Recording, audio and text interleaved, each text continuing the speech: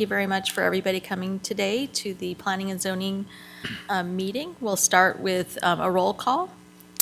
Brenda Blutman is here. Commissioner Birch? Here. Commissioner Exton? Here.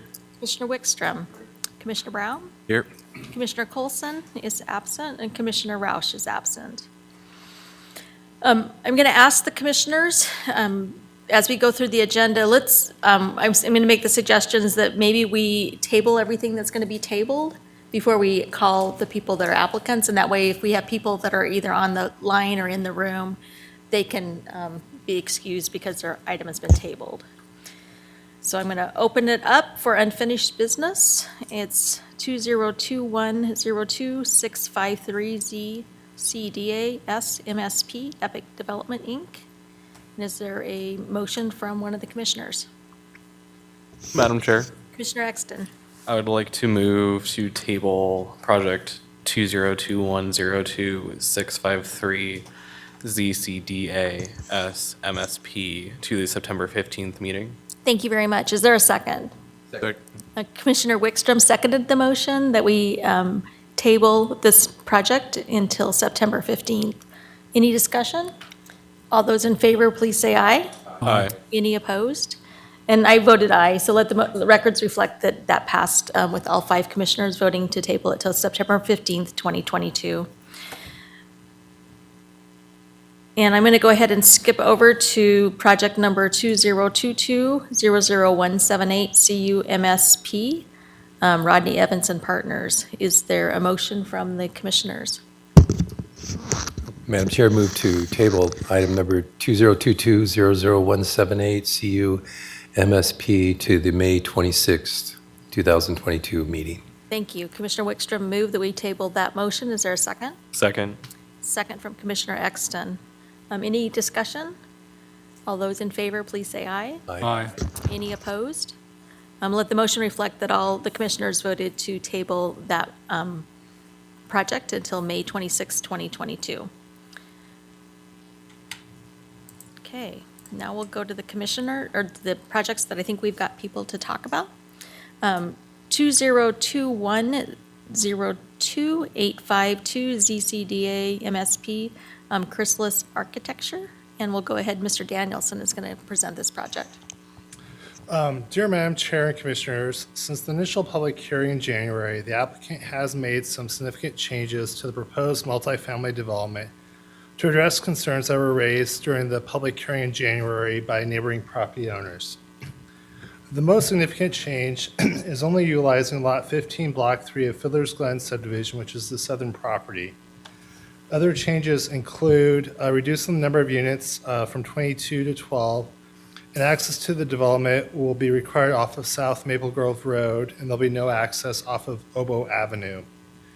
The rezone from the medium high-density residential district to the very high-density residential district has been reduced from 1.75 acres to just approximately 6.661 acres, as only the southern parcel will be rezoned. The future land use map in the Boise Comprehensive Plans adopted by Ada County designates the property as compact, which has a target density of 6 to 15 dwelling units per acre, and lists apartments as a primary use. The property is also located within a neighborhood activity center, which has a target density of 8 to 16 units per acre, and allows projects designed in accordance with the city's design standards to have even higher densities. The proposal for a compact multifamily development is compatible with the adopted comprehensive plan. The rezone to the R20 district also complies with the purpose statement of the R20 district. The general purpose statement for residential districts is to implement the applicable comprehensive plan within areas of city impact, providing appropriate density for residential development based on the availability of urban public facilities, surrounding land uses, and the applicable comprehensive plan designation. The purpose statement for the R20 district is to accommodate multiple family dwellings, including but not limited to townhomes and apartments. The project has been designed in accordance with the design standards and the comprehensive plan by placing the building on the corner of the adjacent roadways and providing pedestrian connections to surrounding properties and pathways. The intersection of South Maple Grove Road and West Lake Hazel Road is designated as a neighborhood activity center. Neighborhood activity centers are intended to serve one or more neighborhoods and are characterized as small-scale service uses that may include mixed use or attached housing. The proposed multifamily development is appropriate at this location as there is an existing apartment complex at the southwest corner of Maple Grove and Lake Hazel, and the other two corners of the intersection are zoned commercial and will consist of commercial uses in the future. The proposed apartment building is appropriate as it transitions from the medium high-density residential to the northeast of the site to the high-capacity roadway, West Lake Hazel Road, and the future commercial uses to the south and the west. Since the structure has a footprint that is greater than 10,000 square feet, it must be designed such that the building mass and bulk are distributed. The structure has been designed that building mass and bulk are distributed as there is varied setbacks within the structure, providing for a varied outward appearance. There are variations in the horizontal offsets of the structure facade and a change in grade from the front of the building to the rear of the building. The multifamily development is in compliance with the A County Code as it complies with the specific use standards for multifamily development, along with the standards for a master site plan. Numerous members of the public had provided comments on the initial application proposal. The concerns with the initial application proposal were that the A County Highway District's requirement for the access to come off of South Oboe Avenue. The residents of the multifamily development also expressed concerns that residents of the multifamily development would park on the adjacent residential streets and the compatibility of the development to surrounding homes.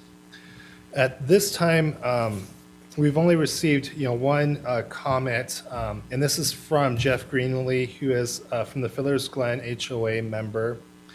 And so Jeff sent an email to me around 4:25 this afternoon. Unfortunately, he wasn't able to come to the public hearing due to health reasons. And so he asked me to read his email into the record. And prior to the public hearing, I had passed out that email to you. And this email will be exhibit number 68. He states, I'm Jeff Greenlee, a board member on the Fiddler's Glen HOA. The HOA is not opposed to this development as a whole. Of course, we need to ensure that the HOA is not negatively financially impacted by the development. Based on the latest site plans I've seen, I have three comments or concerns I would like to address at the public hearing. One, I would request that a 6-foot privacy fence without a gate be installed at the northeast corner of the lot to discourage foot traffic and overflow parking in the subdivision, and the design to be determined between the contractor and the HOA. 2, HOA fees be negotiated in good faith at a future date. And 3, tenants would be welcome to use common areas. However, they should be made aware of and agree to common area usage rules as set by the Fiddler's Glen CC&Rs. And then should any future changes or issues develop that may financially impact the Fiddler's Glen HOA, that good faith negotiations will be conducted between the contractor and the HOA. A number of agencies have provided comments on the application.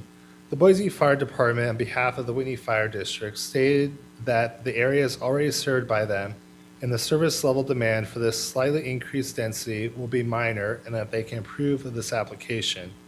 The specific building construction requirements of the International Building Code and the International Fire Code will apply. The A County Highway District replied that the development is estimated to generate 81 additional vehicle trips per day and 7 additional vehicle trips per hour in the PM peak hour based on the Institute of Transportation Engineers, ITE, Trip Generation Manual, 11th edition. Traffic counts on Lake Hazel Road and Maple Grove Road are within the acceptable PM peak hour level of service E. They are requiring for access to be taken from South Maple Grove Road rather than West Lake Hazel Road as shown on the site plan. They have a special recommendation to A County to require a cross-access easement between the site and the parcel to the north. Key conditions of approval include the following. Access into the site shall be approved by the A County Highway District. The applicant and/or owner shall submit a landscaping and screening plan that complies with Article 8-4F of the A County Code. Staff is recommending for another condition of approval to be added to the conditions of approval that was inadvertently left off of the draft conditions of approval. This proposed condition states, the owner shall provide a cross-access easement for Lot 14, Block 3, which is the northern lot, of Fiddler's Glen subdivision to cross Lot 15, Block 3 of Fiddler's Glen subdivision, which is the southern lot. And this condition would not require the multifamily development to cross into the northern lot. So this would just basically allow, if the northern lot ever developed in the future, then the northern lot would have a cross-access easement to go into the southern lot so that they would have access to Maple Grove Road. Staff finds that this application complies with the A County Code and the adopted comprehensive plan, and I'll stand for any questions. Thank you very much. What questions do the commissioners have? Commissioner Wickstrom, you have a question? Just to make it clear, thank you, Mr. Danielson. Do they have, is there going to be a requirement then to have that access on that northern lot then, as when the southern lot's being developed? So right now with just the southern lot, the access point, because when this is developed, so the applicant only has doesn't own the property currently, so they have basically, I think, a contract, for the property. So with this project, they'd only be purchasing the southern lot. And so because of that, ACG would be required to grant them access, onto Maple Grove Road. And so the access point, the applicant had originally proposed for the access to be off of Lake Hazel Road. Since Lake Hazel Road is a higher road classification than Maple Grove Road, ACHG preferred for the access to be off of the lesser classified roadway. So the new access would be off of Maple Grove Road for that development. Okay, thank you.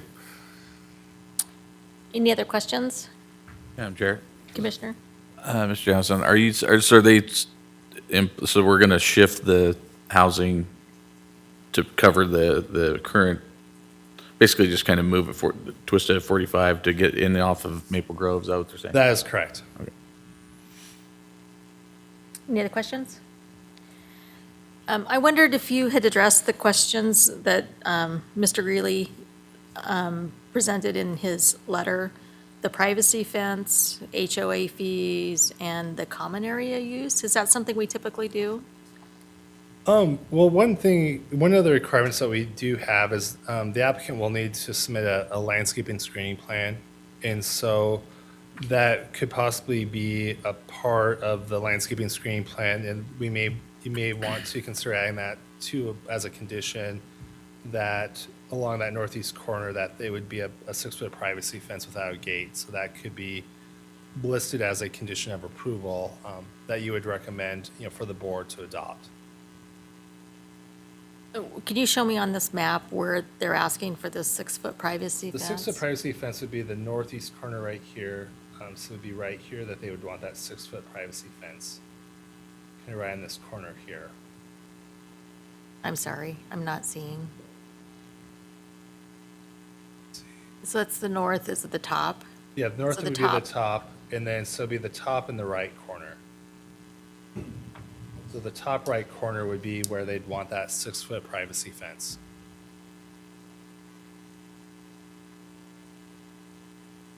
Is there any fencing along that top side anyway, or the right-hand side anyway? Currently isn't any fencing, maybe the applicant can address that. I don't Okay. believe there's any fencing there currently.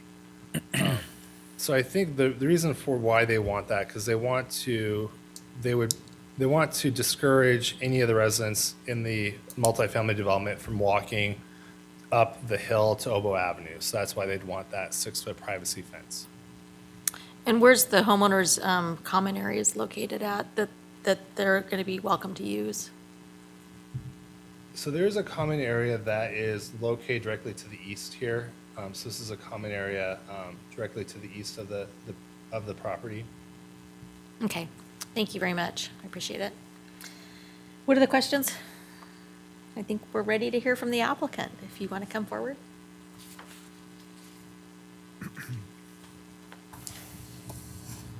Give us your name and address and all that good stuff. Richard Wilmot, Chrysalis Architecture, 3914 East Presidential Drive, Meridian, Idaho. Good evening. Thank you for hearing our application, Brent. Appreciate the report on our project. If you recall, we had our initial meeting on January 13th, and we were proposing 22 units for both lots. We are now looking for approval on just the south lot, and we've reduced our units from 22 to 12. Rezone is still involved, as Brent mentioned. Also, we've gone through the exercise, which was a fairly significant ordeal, sort of at the last moment prior to our January hearing. ACHD provided a report that literally was received 2 or 3 hours before the hearing here, and basically said we weren't granted access, and I think that kind of caused a lot of consternation with the neighbors and the commission, rightly so. We completely understand that. We since went back to ACHD and obviously revised our proposal, but we've now come to an agreement with ACHD about only taking access from, as Brett mentioned, Maple Grove.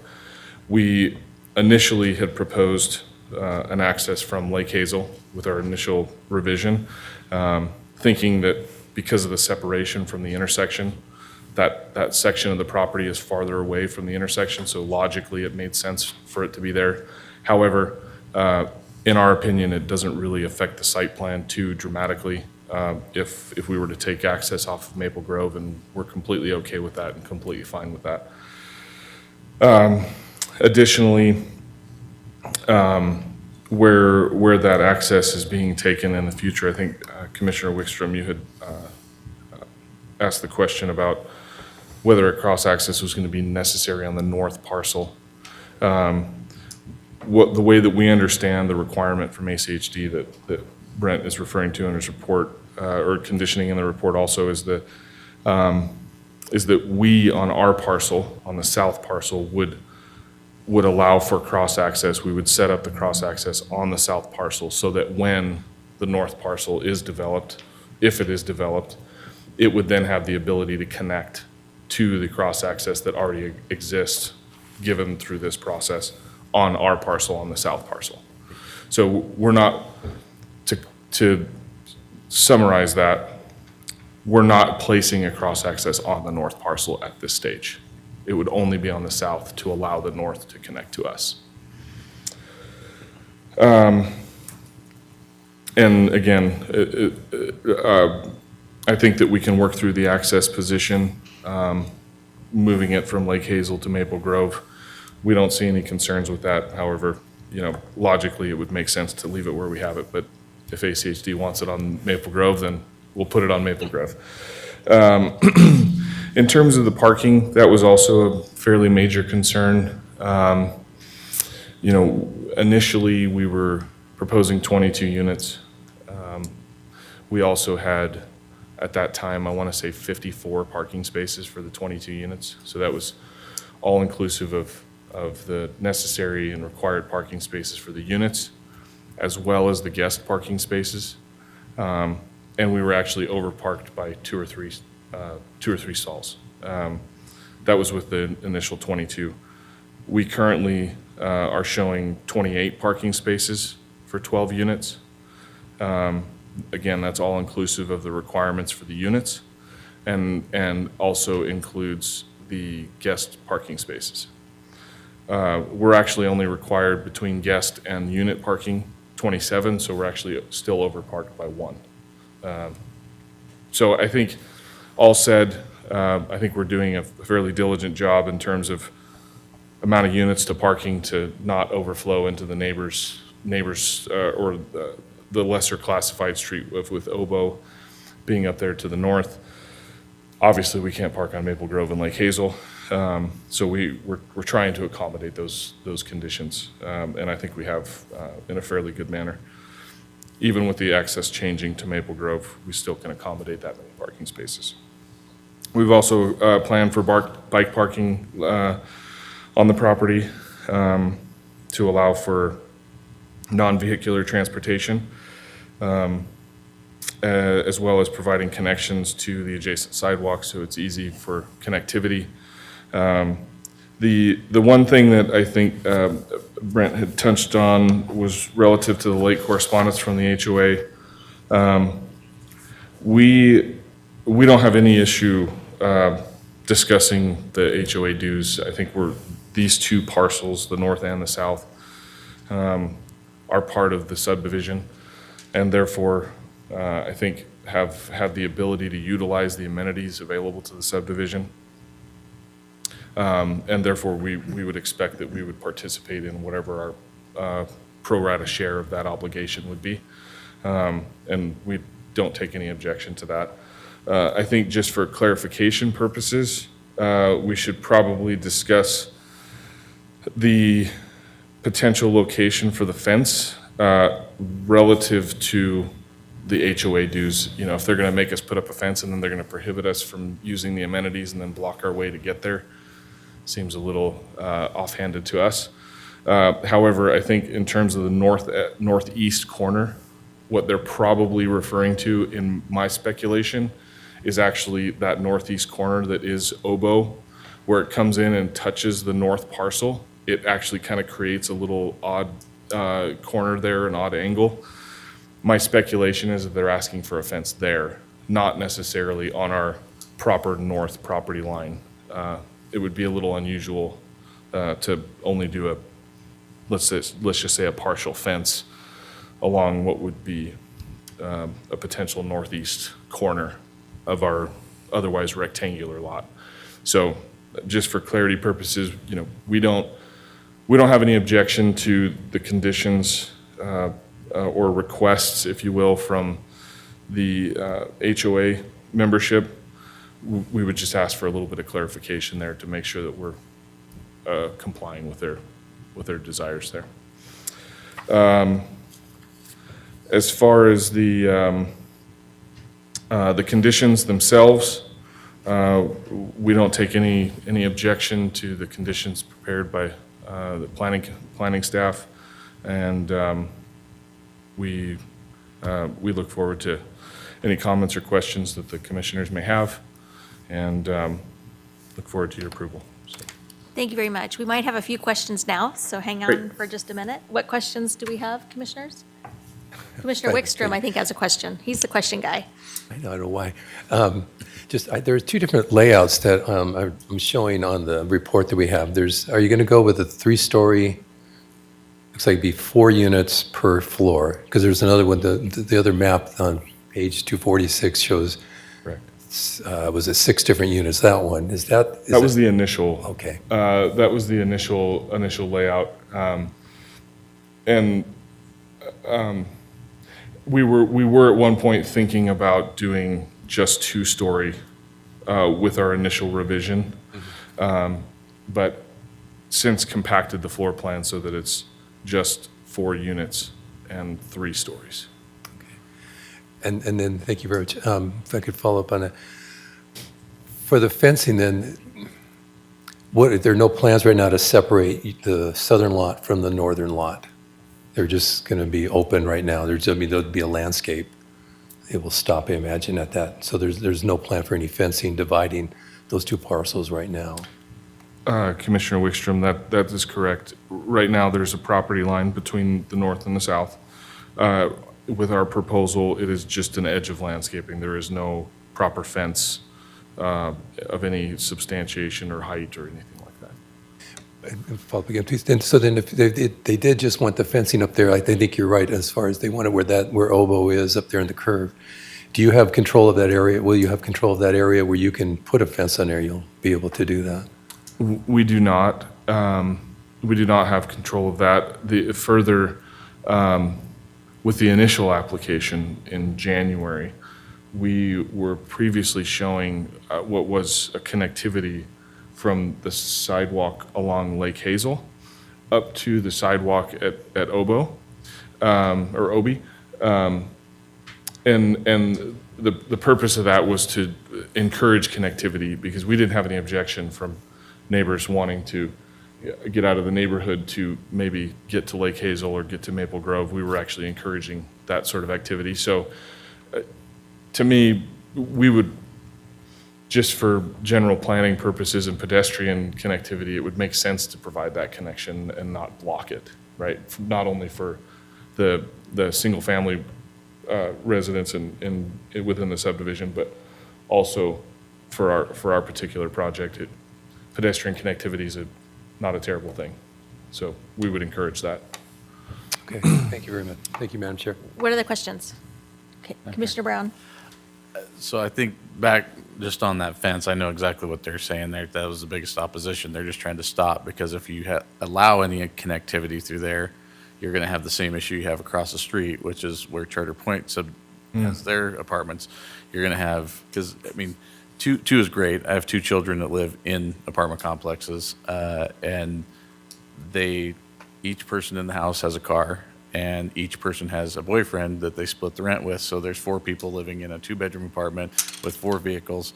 And if you go over on any given night, they're sitting there playing video games with 2 or 3 of their buddies that are there too. So now you've got a total of 6 vehicles to a 2-bedroom apartment. So I think what they're getting at is you're going to have cars lined up and down Oboe because there's no way to park anywhere else in the area at all. So I think they're just concerned with that being making it too easy. So I think that would be my concern previously.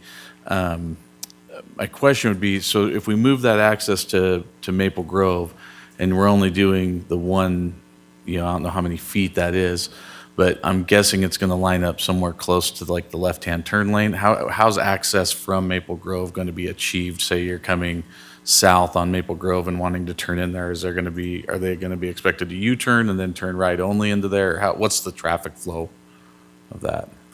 Yes, Commissioner Brown. Right now, the way we understand this intersection being developed is that it's a roundabout.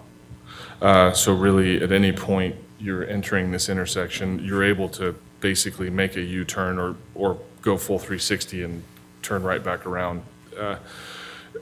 However, ACHD has conditioned the access to be a right in and right out onto Maple Grove. So the only way out of this project or out of this property is to go northbound on Maple Grove. And then also the only way to approach it is from the south on Maple Grove to make a right-hand turn into the property.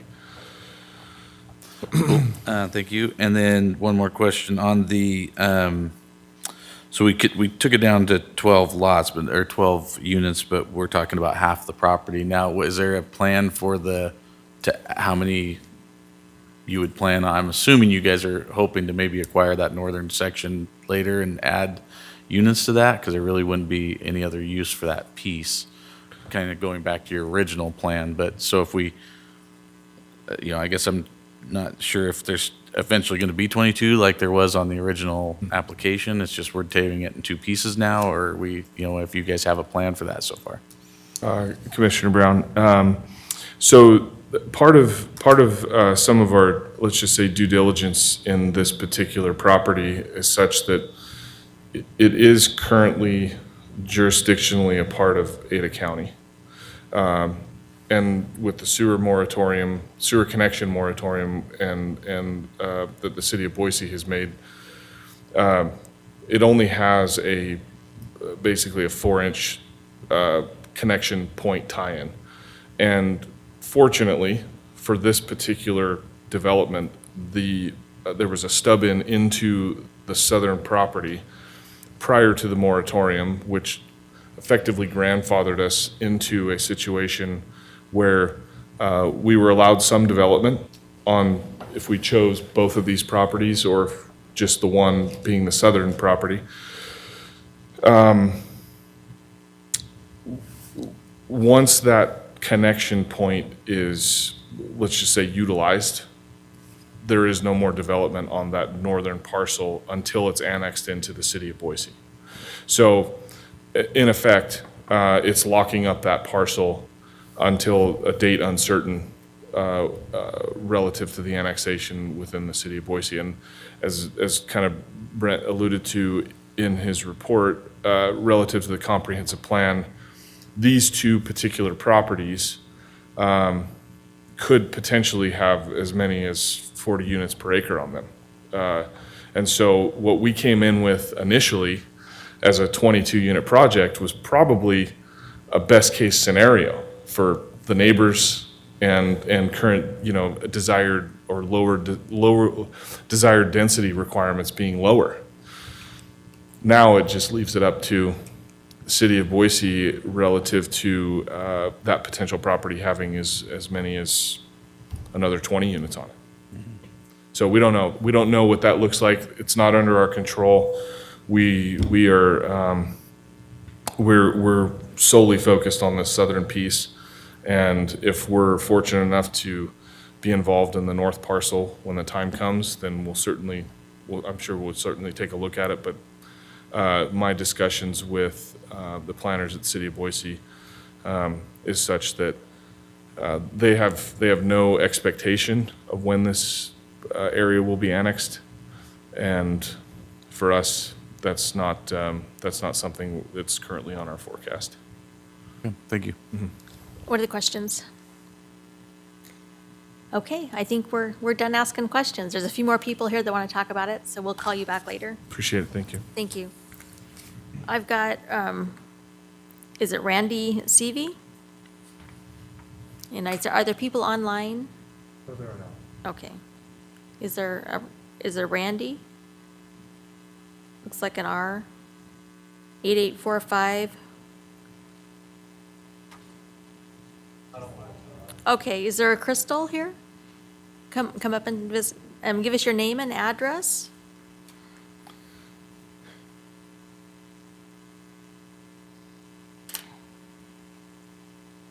Thanks for coming down tonight.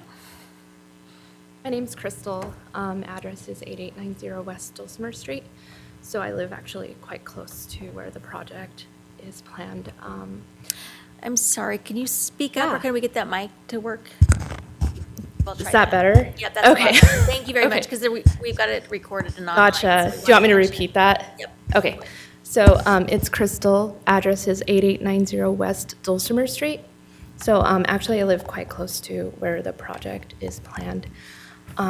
Yeah, one of my biggest concerns was kind of just the overflow of traffic, just because from living in apartments that were like a 2-3 bedroom type situation, usually, I mean, in a 2-bedroom, it's not just going to be 2 cars. Usually it's like 2 people per that bedroom, so we're expecting more like 3-4 cars per unit. And I mean, I just like 2 units and like 3 extra, and not, I mean, you can just expect there to be like extra visitors on top of just the regular vehicles there. And I'm concerned for that just overflowing into the neighborhood where parking is already an issue because a lot of us don't have a driveway. I mean, a lot of us do just have, like a shared alleyway with like garages facing that way. So a lot of us that aren't able to fit our cars into the garage end up parking in the street. And so, of course, when I have people over, I mean, it's still even a struggle then just to have, enough parking for everybody without, ticking off your neighbors. So I can just imagine a lot of that overflow possibly going into the neighborhood without some sort of barrier in the way. On top of that, too, there's also noise and, I know that a lot of kids, too, play out in the streets. So, of course, if we have increased traffic through our neighborhood, that could also be problematic. Ultimately, too, just aesthetically, I mean, it's very modern looking. A lot of the houses within our neighborhood have a very kind of like old country style, it's got like porches and whatnot. Just with the big sort of modern looking building, I feel like it's going to clash probably with the aesthetic. But yeah, that's my opinion, sir. Thank you very much for coming. Yeah, and for sure. Giving your comments. I appreciate it. Okay, thank you. Thank you. And I apologize, I forgot to tell everybody that there's a 3-minute limit, but you were under it, so we didn't have to stop you. But we've got 3 minutes to talk, and I'm going to go ahead and call the next person. It's Logan Osler.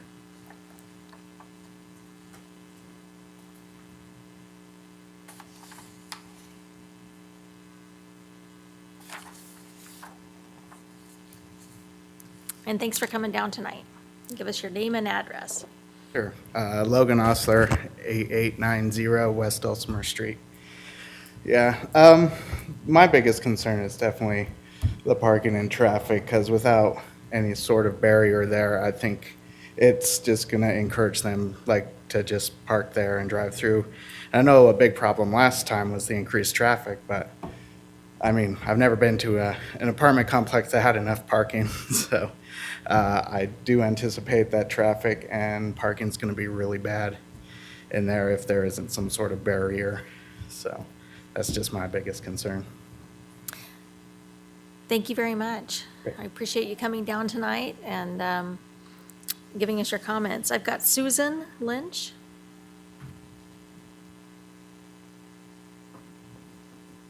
Thanks for coming down tonight. Give us your name and address. I don't want to move up. I feel like oh, sorry. Susan Lynch. My address is 8808 West Dulcimer. I'm on the opposite corner. Not really opposite, but we play in the whole circle. We left last meeting with the understanding that the applicant was going to go back to ACHD and learn about better ways to use this land. I don't really feel like they have done that. I have heard from many sources that the applicant has not been working well with ACHD and all their requirements they have been asking. With this construction of the roundabout, I guess I'm confused. I've looked at the plans from the applicant and the ACHD, and I'm confused. The surveyors came out this last week and marked where the roundabout was going to be taking the big square of the land on the corner from each corner of the four-way. And I don't see on the plans anywhere where it shows that these plans are even showing where that land is getting taken away. It's showing that the building butts up against the road, but according to ACHD, they're taking that entire strip. So I guess I'm confused how that's going to work out. I don't think they've actually listened and followed what the ACHD has said that they're doing with the roundabout. I'm adamantly opposed for the rezoning of this property, especially now that they have cut the property in half and are trying to cram in just as many apartments, it feels like, into a less space. I don't feel like it matches our current culture in our neighborhood with all our little children running around, and we live in a fairly safe neighborhood where everybody knows everybody, and I feel like that adding all of those apartments will take that away. I'm also confused where on one of the reports I received, it said that there will be an increase of traffic of 810 cars in a day. I'm confused where that increase is going to be. Is it going to be on my street? And if it is, then that concerns me. And I can see people seeing the apartments and wanting to access the apartments and coming into my street being very lost that they can't access it through that way. I am concerned about parking and overflow. The adjacent apartment, and they brought that up in their report at Charter Point, has huge issues with crime and parking, and it's all over, and I'm sure that's going to overflow into our little circle. We've talked about this before, but we have 3 to 4 drivers in an apartment building. There's no way that you only have one. And so where are these people going to park, even with 27 parking spaces? That's what was said on the report, 27. I'm concerned that, I guess I'm just concerned overall that this is just not going to be good for my neighborhood. And I feel like we should just match the current culture that we have there with, put on a few houses, put on a few duplexes and let it match our property. That's me. Thank you very much for coming in. We appreciate it.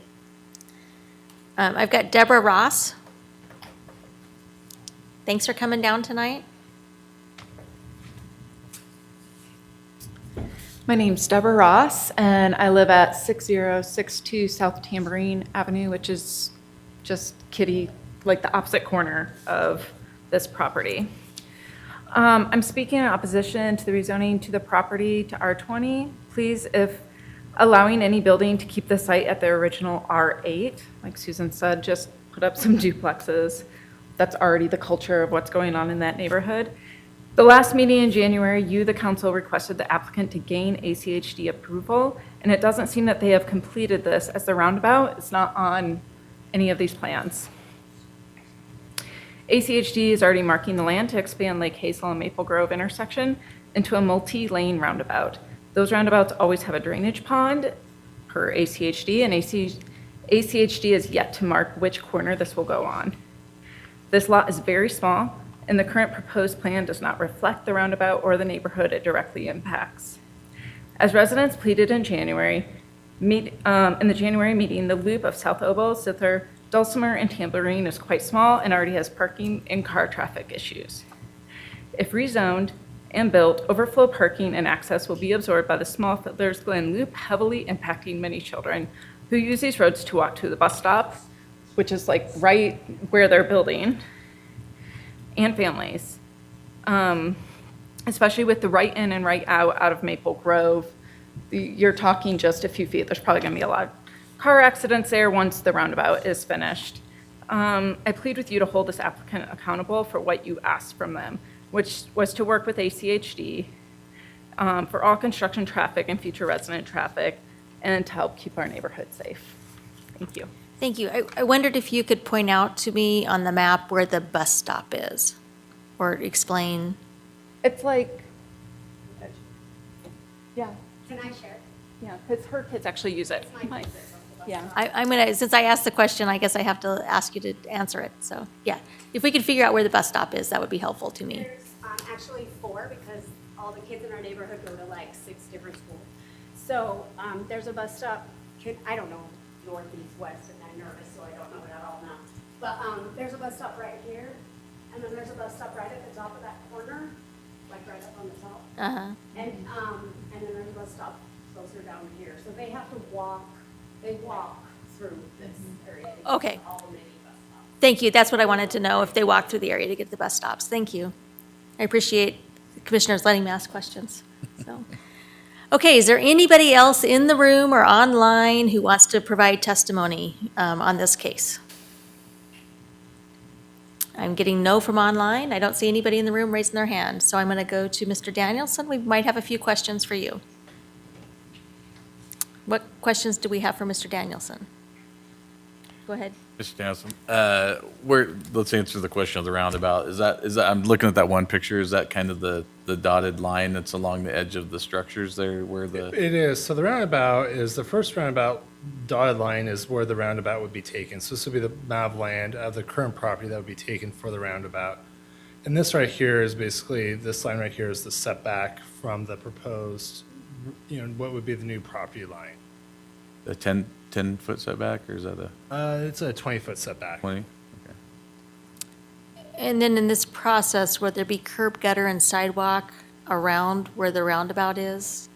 There would be, pedestrian facilities, along the street. So they would be, curb, gutter, sidewalk along the street. And that typically with the right-of-way, the curb and gutter and sidewalk are typically located within the right-of-way itself.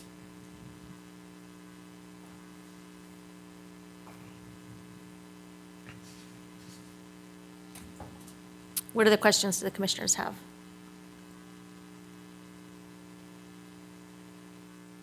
I'm going to ask a question. What's the responsibility, or what is a typical response to HOA-type negotiations that need to happen between the property owner and the prior, and the HOA? What do we normally do in those kinds of So situations? typically, the county is usually not involved in HOA matters. So that's usually between, the HOA and the new owner would be, in those negotiations. So that would typically be between the applicant and the HOA would need to discuss those issues. And then who's responsible for the pedestrian connectivity? Because I just got a nice pathway poster from another city, and so I wondered who makes sure that we have connectivity between all these properties in terms of pedestrian connectivity? So that would be the land use agency and also ACHD. So obviously ACHD maintains, is in charge of roads and access points. And so obviously those pedestrian facilities go, in typically the right of way that ACHD owns. And then off-site pedestrian pathways would be something that the land use agency would maybe require. So, if you had a development that had open space, as the land use agency would say, okay, we need to have a sidewalk leading from point A to point B. So that trail or pathway may not be on ACHD right of way, but it would be through maybe common area that the, let's say the development subdivision owned. So it would be, through those two entities would determine, kind of pathway connections. And then also in land use agency, when you do have development that's, let's say, a subdivision, we look at connectivity, in terms of subdivision design, when you have a preliminary plat, so you look at that, to make sure that you have pedestrian connectivity as well as vehicle connectivity as well. So are there any pathways connected to this particular property that we should be aware of? So it looks like from the aerial photography, it looks like the only pathways that we currently have is basically a sidewalk along Maple Grove Road and a sidewalk along Lake Hazel Road. And the common areas are to the east? There's a common area right here to the east of the subject property. Okay, and what does that common area have in it? I am not really sure. It looks like it's some turf, and it looks like this is kind of more of like a utility area. And I think I have a larger aerial, so maybe the larger aerial might show us a little bit more. So it looks like for the most part, this common area is primarily just turf right here. Okay. Thank you. What questions? Anybody else have questions? You're shaking your head? Okay, we're going to ask the applicant to come back and provide a rebuttal. And hopefully you can answer some of the questions that have been brought up. Name and address. Yeah, that'd be good. Richard Wilmot, Chrysalis Architecture, 3914 East Presidential Drive, Meridian, Idaho. Just to sort of touch on the, let's just say, approvals and correspondence with ACHD, it's actually been a fairly extensive effort. We wouldn't have their report without their approval. And so we've basically gained that with them requesting their access to be off of Maple Grove. Relative to the bus stops, if there is a bus stop along the northern property line of the north parcel, it's fairly out of distance of where our potential access point would be. And also, if there's a bus stop that is just at the end of that pathway that comes between the two buildings there to our east, that bus stop would also be uninterrupted by what we're planning to propose and provide. So just to clarify, the access will only be off of Maple Grove. There won't be any vehicular access whatsoever off of Obo. It would only be coming off of Maple Grove. And then with that, we would be more than open to discussing potential pathway connectivity to even that pathway that is directly to our east, or if there wants to be a pathway that connects to Obo, we would be, as I mentioned earlier, I'm in promotion of pedestrian connectivity, so wherever that wants to be or likes to be, we're absolutely in support of that because I just think it's good practice. And so with that, I think the project meets all the current standards and requirements of being in the R20 zone, and I stand for any additional questions. Thank you very much. I'm going to look down the commissioners. What questions do we have? Go ahead. Big one. So I know this would be out of your control, but the concern's always going to be parking and overflow parking. So what kind of controls or barriers can there be to keep people from parking on that northern section and then coming into your development? Well, in all honesty, if the fence was desired, that would be a strong way to do that. However, there is a pathway that's just beyond for those two units. Yeah. That pathway is probably a better option anyways. And, and just going back to the idea of the HOA, we're certainly open to participating in that and, sharing those burdens. But in turn, we'd also sort of expect that we get some of the amenity of that, right? But I think in all reality, If a fence is desired to prohibit or make it more difficult, we can certainly provide one there. I would also envision that once the access onto Maple Grove is worked into the site plan, that we're probably going to end up with a couple of more spots on the property. I can't necessarily guarantee it, but when I remember when we tried to work through that, looking at that as an option prior to deciding on proposing it on the access on Lake Hazel, we actually had a couple more parking spaces on the property. But again, we're already overparked relative to what the code requires, both for guests and for the units themselves. We'll certainly provide more parking where it's appropriate. We don't have any objection to that, but just making it work within the plan. Follow up with one. Wait, Madam Chair. one Thank you. follow-up question. Just one follow-up then. Yeah, so what if there was a fence on that northern side and then actually the eastern end too, with a gate to have access to that pathway that's there between the first and second house there? So a gate would give you access to their common area and also then a pathway to the neighborhood for kids to go into to meet other kids. And is that something that you would see? Something that would close off your development more or less, but still provide pedestrian access to the other areas?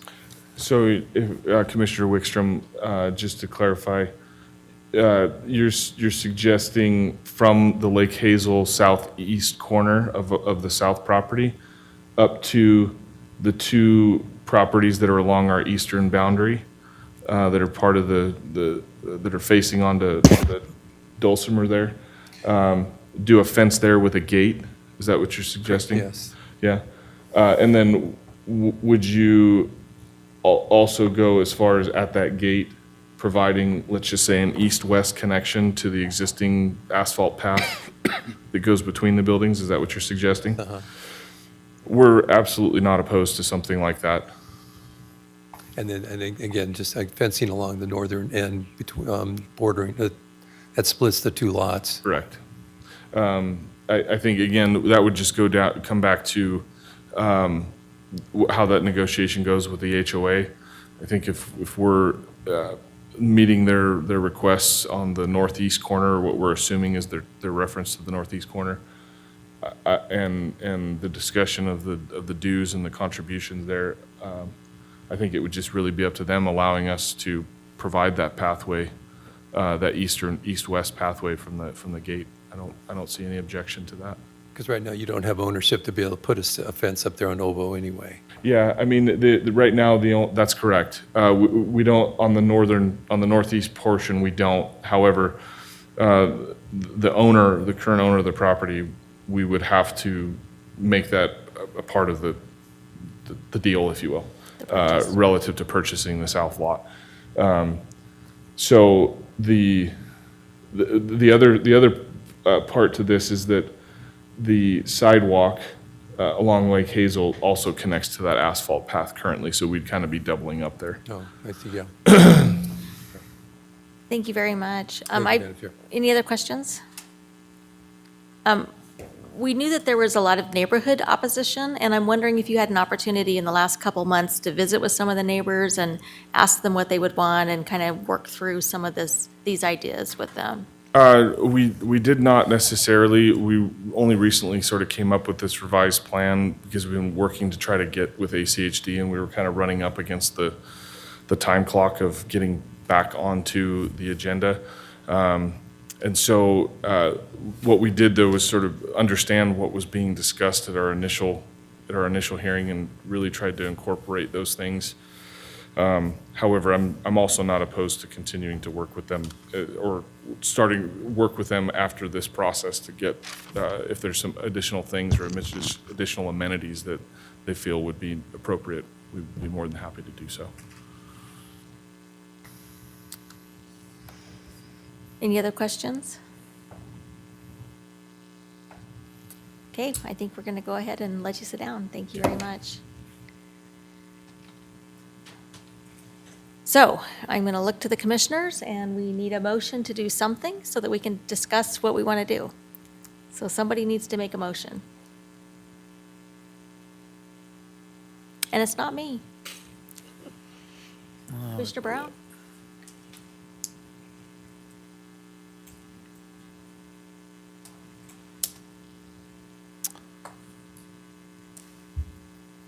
Okay, Madam Chair, based upon the findings and facts of the conclusions of the law contained here in testimony from the public hearing, Commission recommends denial of project 202102852ZC-DA MSP. The board, subject conditions approval, well. of the Yeah, that's fine. denial, yeah. It's been a move to deny this application. Is there a second? Commissioner Wickstrom seconded the motion. And so now we can have discussion. Commissioner Brown, you get to go first. See, if you make the motion, you get to go first. Perfect. And I get it, and I apologize because this is absolutely not usually my stance on things, because I'm usually, I think we need affordable housing. I think we need to get as many, more affordable units in, and I know that doesn't make homeowners happy to have that next to them, so I'm usually standing on the other side of this. But I just like what we had last time, I don't see how unfortunately, this particular piece of property, I was hoping maybe when it came back through that we'd be able to show me something I couldn't see on this and figure it out, that maybe like, oh, okay, that'll work. We're just not there. I love the fact that we took it off of Oboe and we moved it to Lake, or to either or, on Maple Grove now, I guess, but Lake Hazel, Maple Grove, that's kind of how I figured it may have to work. But even looking at that, just knowing the area and being, I'm in the business, I understand how this stuff works. Some of the bigger issues I'm thinking ahead is you come out right in, right out. Albertsons is down here to the left. So the majority of those people, when they come out of there, they got to try to get left to go to Albertsons. So what they're going to do to go to the grocery store, which is majority of their trips, is going to be going up, take a right, go up to the next street. They're either going to crank a U-turn at the next intersection there, or they're going to have to go up another street and do a U-turn. I mean, there's really no way to get back left to where the flow of traffic down Lake Hazel, Lake Hazel and 5 Mile. And like I said, I understand how apartments work, and I do understand that what the code says, and I get that. That's not the reality of how people use it. When I visit my daughters, I park on the street. If my daughters lived in that, I don't know where I would be parking. So it comes down to a parking thing. I love seeing infill projects. I love seeing affordable housing for people. I want to make it work. I really do. I just don't think it works on this piece of property. I can't, with good judgment, approve that. Thank you very much. Commissioner Wickstrom, you get to go second. Well, Madam Chair, I'd probably actually like to see if we could table this, but I wanted to get the discussion going. I think that there needs to be some more discussions with the HOA and trying to work out some things with that neighborhood, the fencing, the access controls between this particular lot and that neighborhood. I think it'd be nice to also see a final plan that shows that access and how the buildings are going to be laid out. On the final plans, I know the things that just happened recently, so that we're not looking at the actual layout of the buildings right now. So we're going to guess that it's going to change, and that access on the Maple Grove is going to be somehow in there, and the buildings are going to be maybe approximately the same place as they are now, maybe not. And so all of that could change. So if in lieu of tabling, I would support denying it, but I thought if we possibly table this also and just send it back and let the more discussions with the HOA clarify where we can put some fencing, see what the applicant can do for that to control access to the neighborhood, and something that will be a benefit to the neighborhood. Thank you. Thank you. What other comments do we have? Mr. Birch? When this came up before, I think one of the real concerns was, besides the parking, the access. And now ACHD seems to be on board with it. And ACHD is certainly no pushover.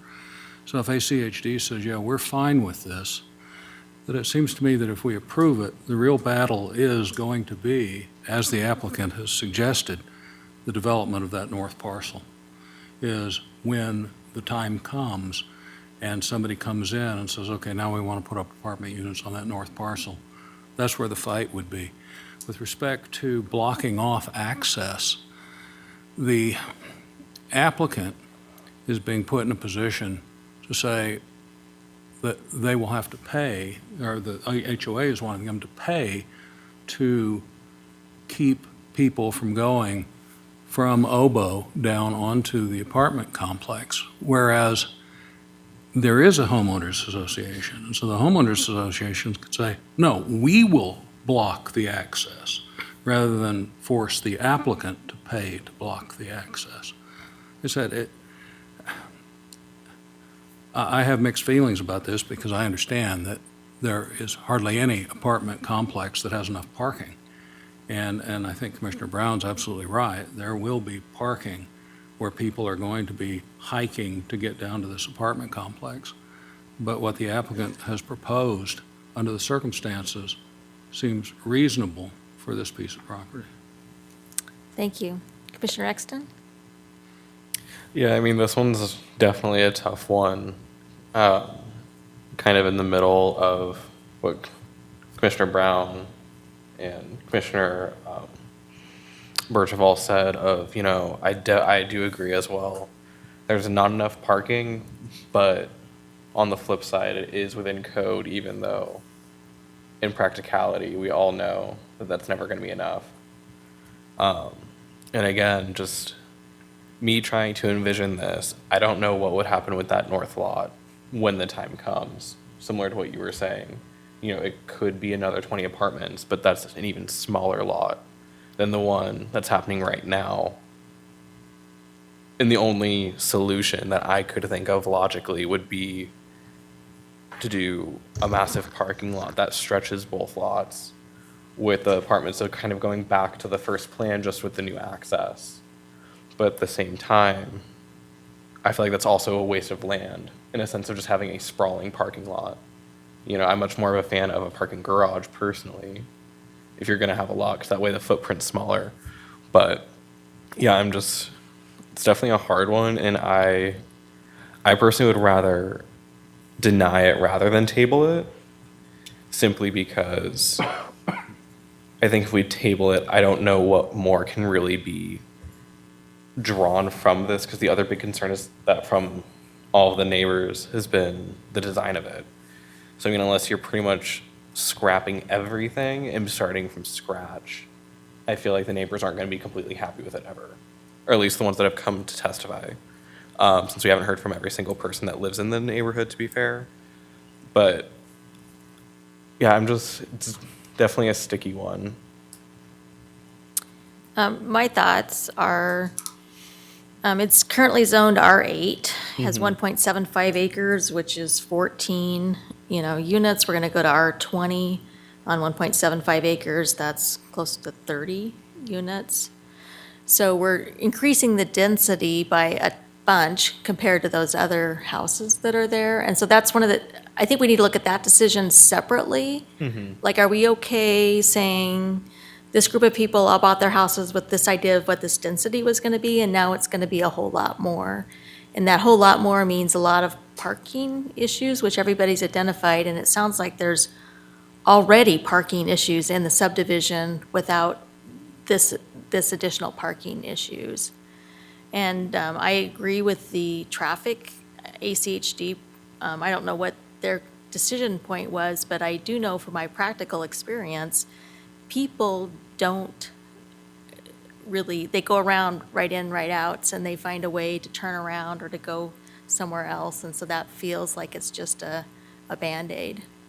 So personally, I'm leaning toward denying it. And the other part that makes me lean toward denying it is I feel like the applicant has had plenty of time to talk to the neighbors. And I kind of anticipated that some of that would have happened before we got here. So that's my hard response today. Madam Chair, just another clarification, because and the applicant was right when he said, putting in that gate or, closing off Obo. one, not his property, so he'd have to work that into his contract with the purchase and everything. But that doesn't work, because what you can't see there, or what's hard to see, is the asphalt walkway that he's talking about is literally one house over. So like, it's a matter of probably about 40 feet further to walk than just going through the gate. So you close this and they have to walk 40 more feet, isn't going to stop anybody from, or make them crawl the fence to do that. They're just going to walk down the already existing pathway. So that's another thing, is like, the gate isn't going to stop anybody from doing that. They're still going to park in that housing development and walk in. And I think from my practical experience, people are still going to park there, and they're going to walk all the way around or wherever it is. I don't know that you're going to be able to really manage that parking. But I don't know that I don't think that that's our call, because we've got people on staff that say this is how much parking needs to happen for this amount of subdivision. So I think our call is the zoning call, from my perspective. Are we? We also have zoning that says that people can have a winery Right. in certain areas, but if the people say that a speaker is too loud and makes them upset on their patio because there's somebody having a wedding at a winery, and Yeah. we deny wineries from getting made because of somebody having a Bluetooth, but the people that own the house can have a Bluetooth. Right, But the people that right. own a winery can't. Right. Or they can't serve alcohol, but the people that own the property can. So I get it, like, it's within that, but that's also where we make those decisions based upon the Impact. reality of the situation, not the zoning, but. Yeah, I think you're right. And typically, I'm the one that's saying we need to approve these. Me too. Okay, what other comments do we have?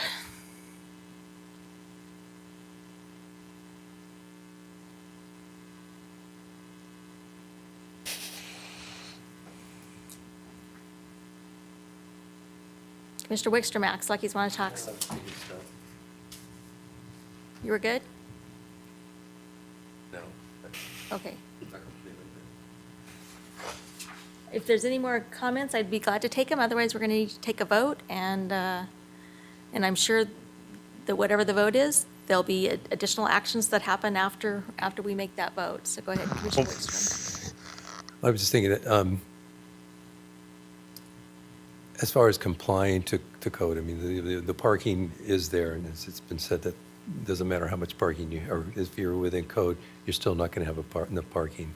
It seems like everything's pretty close. It's just, there's maybe, in my view, there's just a few small things that need to be ironed out so that when this goes through, those small irritations can be taken care of. This is completely different, but I can't stand, I hate flat top roofs. I mean, I get denied on that a little bit.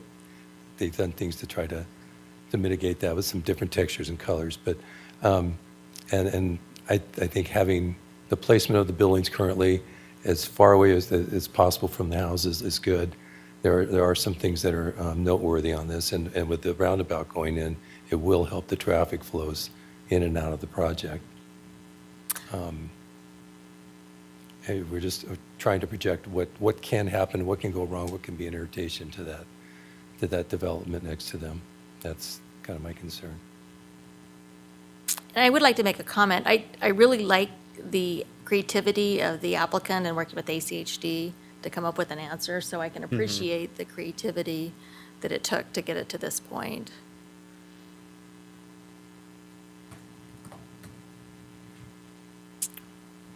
And my opinion is, all of us have different tastes when it comes to design, but the builders get to decide what they want, and there's some design committees that make those decisions, and we're not on a historical design committee board here, so. The architectural review. Yeah, in my opinion, that's not our role, so. But it's looking to conform to the area, though. You want it to conform. Yeah. Okay, any other comments? Commissioner Birch? So I'm just curious, if we deny this, then is the opinion of this commission that there is no way to salvage the project? Because I know Commissioner Wickstrom suggested, well, maybe we should table it. But if we deny it, then as you correctly point out, there's likely to be further action as it gets appealed to the Board of County Commissioners. And so that's just my question among us is, do we think that there's no way to salvage it? Madam Chair and Commissioners, I will point out that this is a recommendation to the board because there is a zone change, so there won't be the need for an appeal. It would just be Planning and Zoning Commission's recommendation to the board, so. Madam Chair, that was a question we first came up. I remember I proposed denial because of the access, but then we stopped and we tabled it because, just to try to salvage it. And they did come up with a creative solution to the problem. It was Go ahead, Commissioner the original, Brown. originally when they went to ACHD though, on the original application was access off of Lake Hazel.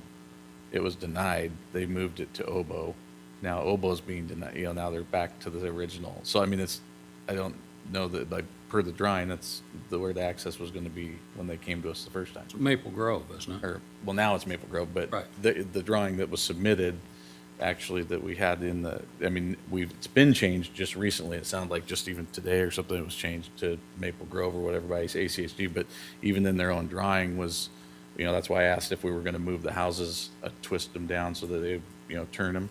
But the original application was to come off of it, so it's not like, it's the same application that came through the first time, then went to Obo, then came back at the same as last time, so. That's where I'm like, because trust me, I wanted something to come and just pop in my head that I didn't see, that would be like, oh, okay, that works, and I get it. There's going to be homeowners upset. Nobody wants to have any development around them. We know that. We deal with it every month, but I was hoping to see something that would make me go, oh, okay, that's a better option, but this was the option that came out first. Then there was option 2, and now there's option 3 is back to option 1. And I think, in my opinion, the difference is that this is just half as many houses on half as much land. Right. With the probable outcome that there will be twice as many houses on the other part. So I think you're going to end up with the 30 houses on the, And it's going to be, it's going to be very hard to sell that little piece in there. It's going to probably be the most beneficial for them to sell that to the applicant. So eventually, that's probably going to be absolved into that and connected to that piece of property, because as someone who's done this, you're not going to want to buy that little sliver in there. yeah. So they're It's- going it's to probably hard. leave it up to the person that owns it next to it. So we're going to have to make a decision. So more talk or a decision? The motion on the table right now is to deny the motion. We would want to vote on that one, and it would either pass or fail. And then we would, if it failed, then we would look to another motion. So I don't see anybody that has any more discussions. We're going to go ahead and vote on the motion that's been proposed to deny this application. All those in favor of denying the application, please say aye. Aye. And I'll say aye. And all of those. Aye. There's 3 ayes. And all those in favor of, or all those who are in favor of not denying the application, please say aye. Aye. And there were 2 people that voted to not deny the application. So the application is denied, which just means this is a referral. It will go to the Ada County Commissioners at some point in time with the deny comments from this group. And I think there's been enough comments and discussion. The zoning and the parking issues are the reasons that it's being denied. So, Madam Chair, we will need to table the application for revised findings to reflect your decision. so I'll look to somebody on the commissioners to have a motion to table this so that the writings can be redone. Madam Chair, Oh, I apologize, Commissioner. We do have a meeting on the 26th. Okay. So we Let's could do 'em. bring revised findings by then, so that would, May 26th. Madam Chair, Commissioner Exton, I would like to move to table project 2021022852 ZCDA MSP to the May 26th meeting with direction to staff to revise the findings to reflect a denial. is there a second for that motion? Second? Seconded by Commissioner Brown. All those in favor say aye. Aye. Any opposed? So thank you very much. Got all the procedures done. Thank you very much, everybody, for coming down tonight for that project. Now we'll go to 2022-00215 CU MSP.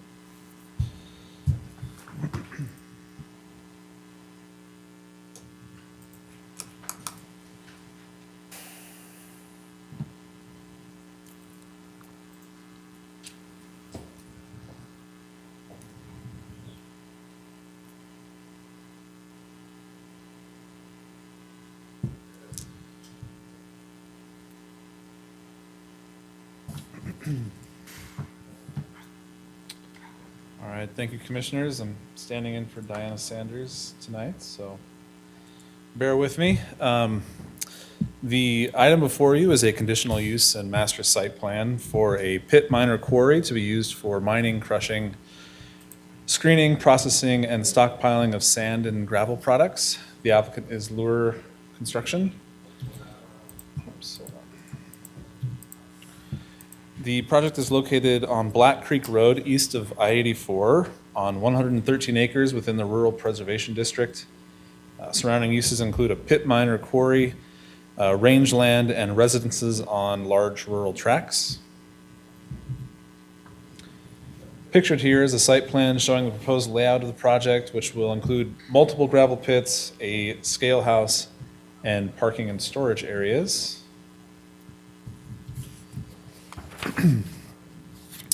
Shown here is a phasing plan for the project. The initial area of extraction will be in the northwest portion of the site here.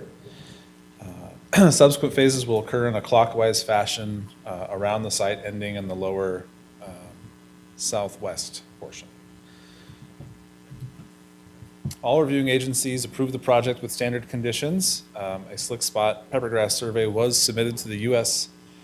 Fish and Game in response to their comments, and I believe that was included as a late exhibit for your materials for this project. We did not receive any comments from the public. Some key conditions of approval related to the use are the limitation of hours, Monday through Saturday, 7 a.m. to 7 p.m. It's approved for 20 years and must be reclaimed after this period. The extraction area and haul roads shall be watered daily to reduce dust impacts to surrounding properties. Haul roads shall have a durable and dust-free surface and shall be graded to drain all surface water away from the road. The applicant owner shall continually manage dust generated by the gravel pit operation to prevent it from creating a nuisance to neighboring properties, and the public by A, keeping a water tank and water truck on site for watering purposes, watering the extraction area and haul roads on a daily basis, and wetting the rock while it is being crushed.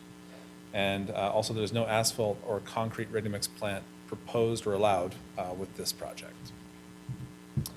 In conclusion, staff recommends approval of 2022-00215 CUMSP, subject to the conditions of approval attached as Exhibit A, and I'll stand for any questions. Thank you very much. What questions do the commissioners have? I appreciated reading that slick spot peppergrass, is that I say it right? Yeah. Report. That was pretty cool. So does the applicant here, can they come and tell us about this project and we can answer any questions? Thank you. Give us your name and address. Good evening, Commissioners. My name is Mike Greiner, 307 Matiola Street, Caldwell, Idaho. And thank you for your first go. I didn't catch your name, but Brent's helped me through, and Diana as well, so I appreciate their help. It's not nearly as exciting project as the previous one. In fact, it's kind of boring. Kind of digging a hole temporarily, crushing rock, turning it into all the good things that get us going to and from where we're headed. So it would be an additional location for us on the eastern side of the valley. We currently run one out in Caldwell, so we're familiar with the normal regulations and operational conditions, and subsequently don't find any issue with the conditions of approval or meeting any one of those. So there isn't much more to a gravel pit than taking big rocks and turning it into little ones. Thank you very much. What questions do the commissioners have? I just wondered if you could explain to the commissioners about what kind of reclamation requirements you have when you're done taking the rocks out and crushing them into little rocks. What do you have to do when you're all done? Well, that's still a little bit yet to be determined, in that the reclamation plan gets submitted to the Department of Lands, Idaho Department of Lands, and so we'll go through that process.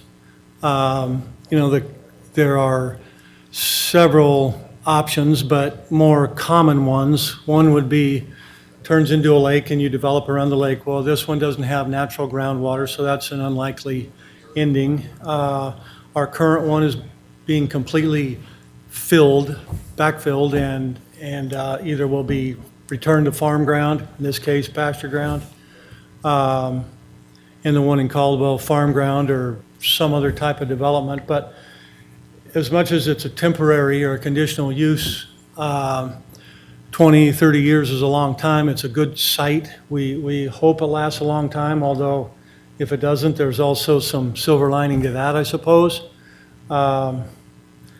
We feel we're a little late in getting to this point, but there again, it's a substantial investment and a big dose of faith when you do these kind of projects.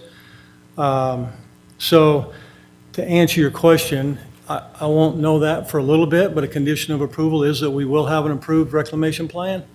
And so my point to the duration of the project is a lot of things may change. And those options to what ends up being in that neighborhood 20, 30 years from now could change. Right now, it would seem pretty easy to put it back to the same use as it is today. There isn't a lot going on out there except a couple gravel pits. So. Thank you. What are the questions? Any questions? I think we're good. I think you go ahead and sit down, and we'll see if there's anybody else that wants to talk about Okay. gravel pits today. Thank you. Is there anybody in the audience or online who wants to talk about this project? They're shaking their heads. So we don't have anybody that wants to talk about it. What questions do you guys have for Leon? None? No questions? You're welcome. One question. I've heard that there's going to be some development further up Blacks Creek Road, I believe. You think that's going to have an effect upon either one, upon the pit or upon the development out there? Chairman, Commissioners, I'm unaware of a project out there now. There's obviously a road that everyone has to share, so increased traffic will probably be something that is an outcome of that. But we have several areas of the county where gravel pits and non-gravel pits have figured out how to get along and share a road. I feel confident we can probably do that here too. So, but yeah, beyond that, I can't anticipate anything else. Obviously, we place conditions on the project to ensure as little disturbance to surrounding properties as possible. So, Yeah. Thank you. Any other questions? So as the applicant, you're welcome to come forward and respond to any more comments, or you're welcome to say, I've said enough. Okay. The commissioners, I think we're going to close the public hearing, and I don't think there's anybody else that wants to talk, and so we'll go ahead and I'll entertain a motion. So is there a motion? Madam Chair, Commissioner Exton.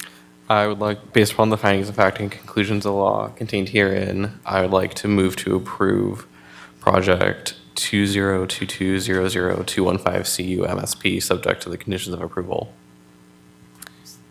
Second. It's been moved and seconded. The second was by Commissioner Wickstrom to approve this project, 2022-00507 CU MSP. Any discussion? All those in favor, please say aye. Aye. Any opposed? Let the minutes reflect that all the commissioners voted for this project.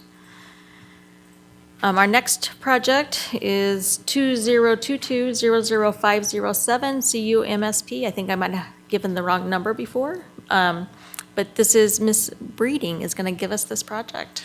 Tell us how. Miss Brending. Brending, I'm sorry. Okay, thank you. My name's Brenda, I should get that one right. Your name's in it.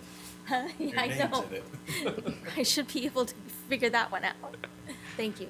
Madam Chair, Commissioners, Project 2022-00507 CU MSP is a conditional use and master site plan application for a contractor's yard.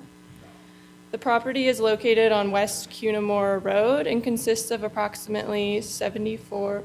I stopped sharing, I'm sorry. Oh, shoot, sorry. Be helpful.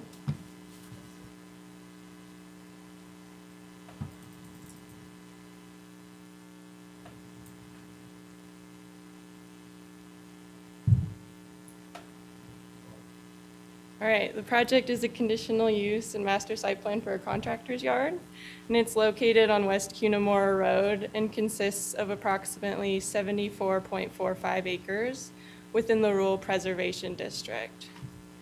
The contractor's yard is for Gabbert and Edwards Construction. A previous conditional use and master site plan were approved in 2016. Changes from the original approval include removal of a proposed caretaker's dwelling and storage shed and redesign of the proposed shop. The new proposal includes a 7,200 square foot structure with 4,800 square feet of shop space, 600 square feet of storage, and 1,800 square feet of office. The applicant is requesting an alternative landscaping plan for the property because it does not have irrigation rights. The surrounding land uses and rural nature of the area support this alternative plan, which includes a 6-foot-tall berm to be landscaped with native vegetation around the proposed yard and storage areas. As a condition of approval, a revised parking plan will be required. The master site plan depicts 14 parking spaces, of which one is ADA accessible. Based on the size of the proposed structure and the 20 proposed employees, 27 parking spaces will be required. The applicant will be required to comply with all of ACHD conditions of approval. All outdoor storage areas will be required to comply with 85378 of the Ada County Code, which requires screening year-round. The hours of operations shall be limited between the hours of 6 a.m. and 10 p.m. And staff is recommending approval of the conditional use and master site plan, and I'll stand for any questions. Thank you very much. What questions do the commissioners have? I wondered what fire district it was in and if there was any sort of fire issues that we had to deal with. So it's not located within a fire district, and there were no comments from the state fire marshal or emergency services. So thank you. I guess we'll have to ask the applicant to come forward.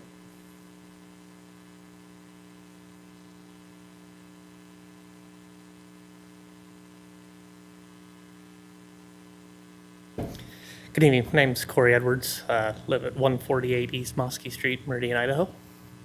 So the yard and shop that we're proposing to put out there is for our construction company. As far as your fire, I know you asked about the fire district. The reason we didn't get it done, anything built in the first round from the first approval was when we originally designed what we were going to build, we were building with combustible, not non-combustible material. And so we spent a lot of time with the architect and state fire marshal to come up with a non-combustible CMU block building. And then the original site, or the original plan was with the shop, was we had to keep it down to under 5,000 square feet for the shop area itself. And then we didn't actually have an office on the original part. We were going to use a smaller setup. That's why the parking stalls, we haven't revised any of the plans for the parking stall. So as far as to meet any of the requirements, that's not really an issue. We can readjust and redesign the site plan, so. Well, thank you. Anything else you'd like to tell us about the project? No? Okay, what questions do the commissioners have? Commissioner Wickstrom? Fine. You're fine? No questions? So you can probably sit down for a minute and we'll see if there's anybody else that wants to make comments. Okay. So thank you. Is there anybody else in the audience that would like to make a comment about this project? Do we have any questions for Ms. Brinding? I say that right. So, no questions? Just for more of information. So I think there's a guideline that any outdoor storage has to have screening. I hope that wouldn't apply in this situation, but. In this case, they're going to be using a 6-foot berm as screening. Okay, thank you very much. Thank you, Madam Chair. Thank you.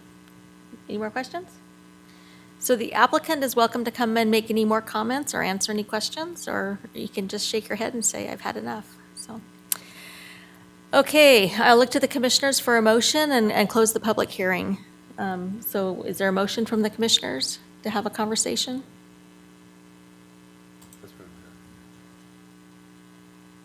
Madam Chair, Commissioner Exton. based upon the findings of fact and conclusions of law contained herein, I would like to move to approve project 2022000507 CUMSP, subject to the conditions of approval. Is there a second? Second. It's been seconded by Commissioner Brown. What discussion do we have? Does anybody have any comments? And it seems pretty straightforward to me, you know, and it's, you know, a continuation, so to speak, to my understanding of a conditional use that was already there anyway. So, and there hasn't been any major red flags that have been presented. So I don't see any issue with it personally. Thank you. Any other comments? Okay, all those in favor of this project, please say aye. Aye. I'll say aye. Any opposed? All those opposed, please say aye. Let the minutes reflect that all the commissioners voted for this project and it's approved. So thank you very much. Our next project is 2022-00042 ZCDA MSP. And go ahead and start. Madam Chair, Commissioners, Project 2022-00042 ZCDA MSP is a zoning ordinance map amendment to rezone from the rural urban transition district to the limited industrial district and a master site plan for a contractor's yard. The property is located at 3510 North Canada Road and consists of approximately 5.35 acres. The property is located within the Meridian area of city impact. The future land use map for the Meridian area of city impact, as adopted by Ada County, designates the site as industrial, which allows for a range of uses that support industrial and commercial activity. The proposed county zone of M1 allows for light industrial uses, which is compatible with the comprehensive plan. The proposed contractor's yard will include an 8,800 square foot shop with office and gravel yard. The applicant has proposed to utilize an existing shop on the property that was built as an agricultural structure. The structure will need to receive a building permit and change of occupancy prior to use for the contractor's yard. 17 parking spaces are proposed for a maximum of 9 employees, one of which will be ADA accessible. The applicant has requested an alternative landscaping plan, waiving the perimeter landscaping to the north, east, and south of the proposed yard, keeping all the frontage and parking area landscaping requirements. The request is based on the future and current land uses surrounding the proposed contractor's yard. The property to the north has an operating contractor's yard abutting the proposed site, and the future land use is also industrial. To the east is the Phyllis Canal and agricultural land. Local irrigation districts oppose landscaping along canal lines. And the property to the south of the site is currently zoned rural urban transition, but also has a future land use of industrial. Staff supports the waiver of perimeter landscaping along these property lines. One neighbor did comment with concerns on the application, stating concerns that the application is incompatible with existing agricultural uses along Canada Road, that the proposed use is inconsistent with the existing infrastructure, and that it's not designed for light industrial expansion at this time, and that the applicant began improvements prior to approval. The future land use map, as stated, does designate the site as industrial, and other contractors' yards have been approved in the area and continue to operate, along with the Intermountain Gas Company facility that's to the north. The Ada County Highway District did comment on the application and stated that Canada Road is at an acceptable level of service and approved of the proposed site plan if all of their conditions are met. And Ada County Code Enforcement did look at the site on April 7th, and at that time, there were some trees and the existing residential home had been removed. Some key conditions of the approval or of the application are that the use shall comply with 85378 of the Ada County Code, requiring all outdoor storage to be screened from public view, that the applicant and or owner shall comply with the Ada County Highway District site-specific conditions of approval, and that Star Fire District must approve all fire flow requirements and building plans. Staff is recommending approval of the zoning ordinance map amendment and master site plan, and I'll stand for any questions. Thank you very much. What questions do the commissioners have? You did a very good job and you answered all my questions on that last slide, so thank you. I guess we'll go ahead and call the applicant forward.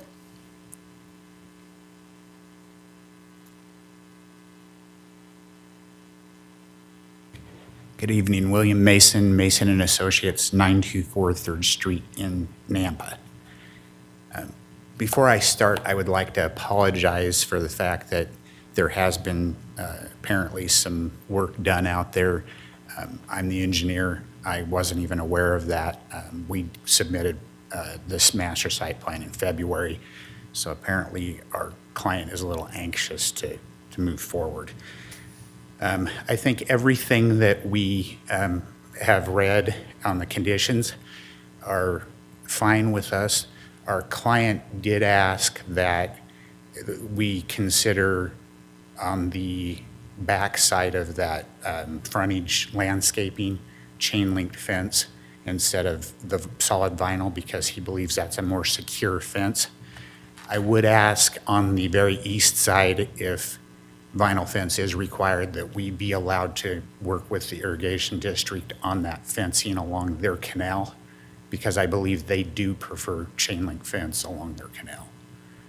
And I guess the only other thing is ACHD has asked for sidewalk. It's 290 feet. We've asked for a waiver, but we haven't heard back from ACHD on that. So we would work with ACHD to get final conditions on their improvements. And I think with that, I'll stand for questions. What questions do you have? I guess I have the question, are you asking us to change the staff's recommendations by those comments that you just made? The request would be to approve a chain link fence with side obscuring slats on the east side of the building and along the Phyllis Canal. The vinyl fence up front to protect the view of the traveling public on Canada is acceptable. It's just a request. It's up to you if you want to move forward with that Okay. fencing. Well, I guess we'll talk to staff. And Okay. what other questions do we have? Okay, thank you very much. Is there anybody else in the audience that would like to talk about this project? I don't have anybody signed up. I don't have anybody online. So we'll go back to the staff, and I guess my question will be, tell us about the fencing. So, Madam Chair, Commissioners, that section of code that requires screening of outdoor storage areas specifically states that we do not recognize chain link fencing even with slats as a screening material, which is why that solid fencing would be required. Any other questions? Just to clarify, Madam. Go ahead. So that was just when you say the east side, that is the side that goes along the canal. Is that correct? The canal's- east side is correct. That's the side that's along the canal line. Thank you. Chairman, Commissioners, I would say you could craft a condition for that east side that, some fencing type acceptable to the irrigation district, excluding chain link, and, that hopefully opens up some more opportunities for the applicant. Vinyl might ultimately be the cheapest, best option, but I guess minus chain link with the irrigation company, we could explore other things that might work back there. So. Thank you. What other questions do you have?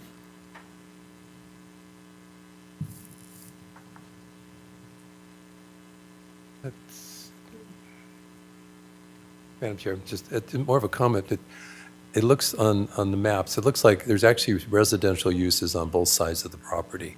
I mean, one of them, they've got a couple, really they're outbuildings, it's not necessarily a contractor's storage yard or anything. They're old, it's like a carport if you look around from the back side of it.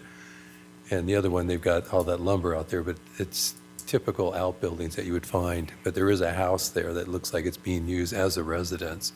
So I'm not concerned with how this conforms to the neighborhood so much, but just let it be known that there are residences on both sides, not commercial uses. Thank you. Thank you. What are the comments, questions? And we're going to go invite the applicant to come back and talk. If you don't need me to answer any questions, I don't need to come back up. Okay. We'll go ahead and close the public hearing, and then I'll look to the commissioners for a motion.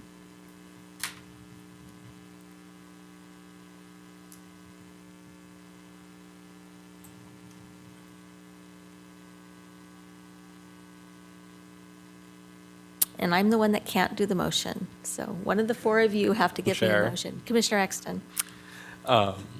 Based upon the findings of fact and conclusions of law contained herein in the testimony of the public hearing, I would like to move to recommend approval of project 2022-00042 ZCDA MSP to the board, subject to the conditions of approval attached as Exhibit A and the master site plan, with an additional condition that the applicant works with the irrigation district to come up with a fencing option for the eastern side of the property, but specifically excluding chain link with slats. Slats.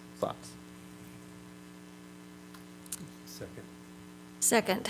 So it's been moved and seconded to approve this project with the addition that the additional condition being added that the applicant work with the irrigation district to determine appropriate fencing with the notation that it can't be chain link fencing. Correct. Per the code. So, and it's been seconded. It was seconded by Commissioner Wickstrom, I think. So, go ahead, Commissioner Exton, you can talk about this? Yeah, I mean, since there are other contractor yards and similar uses already there, and the future land use map does designate it as industrial, I feel comfortable, that this will fit the area. And I do think the fencing aspect, I do think there is wiggle room there. So I'm okay adding that condition in there. That doesn't have to be vinyl per se, as long as it still is within Ada County code. Any other comments? Commissioner Wickstrom? No, it just seems to fit. Those 5-acre parcels are just harder to farm and to be viable. So this is it's a nice looking building. It's on more of a main thoroughfare but not that busy of a street. So it seems to work. Commissioner Birch, any comments? No. Commissioner Brown? I think it works for the area. I think that's what we're slowly pushing all these contractor yards further and further out, and this is pretty far out. I'm sure in 10 years this will be downtown, but for right now, it seems to be a pretty rural industrial area, so I think it looks good. Everything's good. Okay, any more comments? If not, I'll go ahead and call for the vote. All those in favor of this project, please say aye. Aye. All those opposed, please say aye.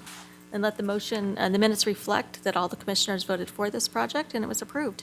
So thank you very much. We appreciate it.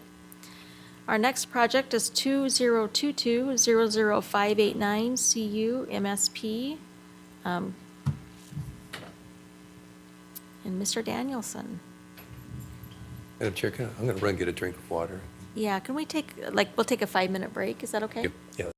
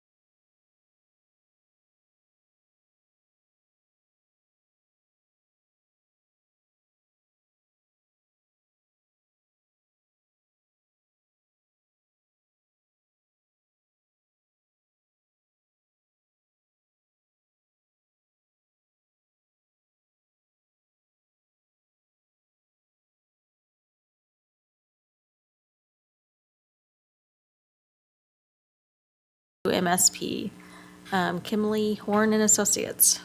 Madam Chair and Commissioners, project number 2022-00589 CU-MSP is a conditional use master site plan application for a self-service storage facility of approximately 90,000 gross square feet with 717 units.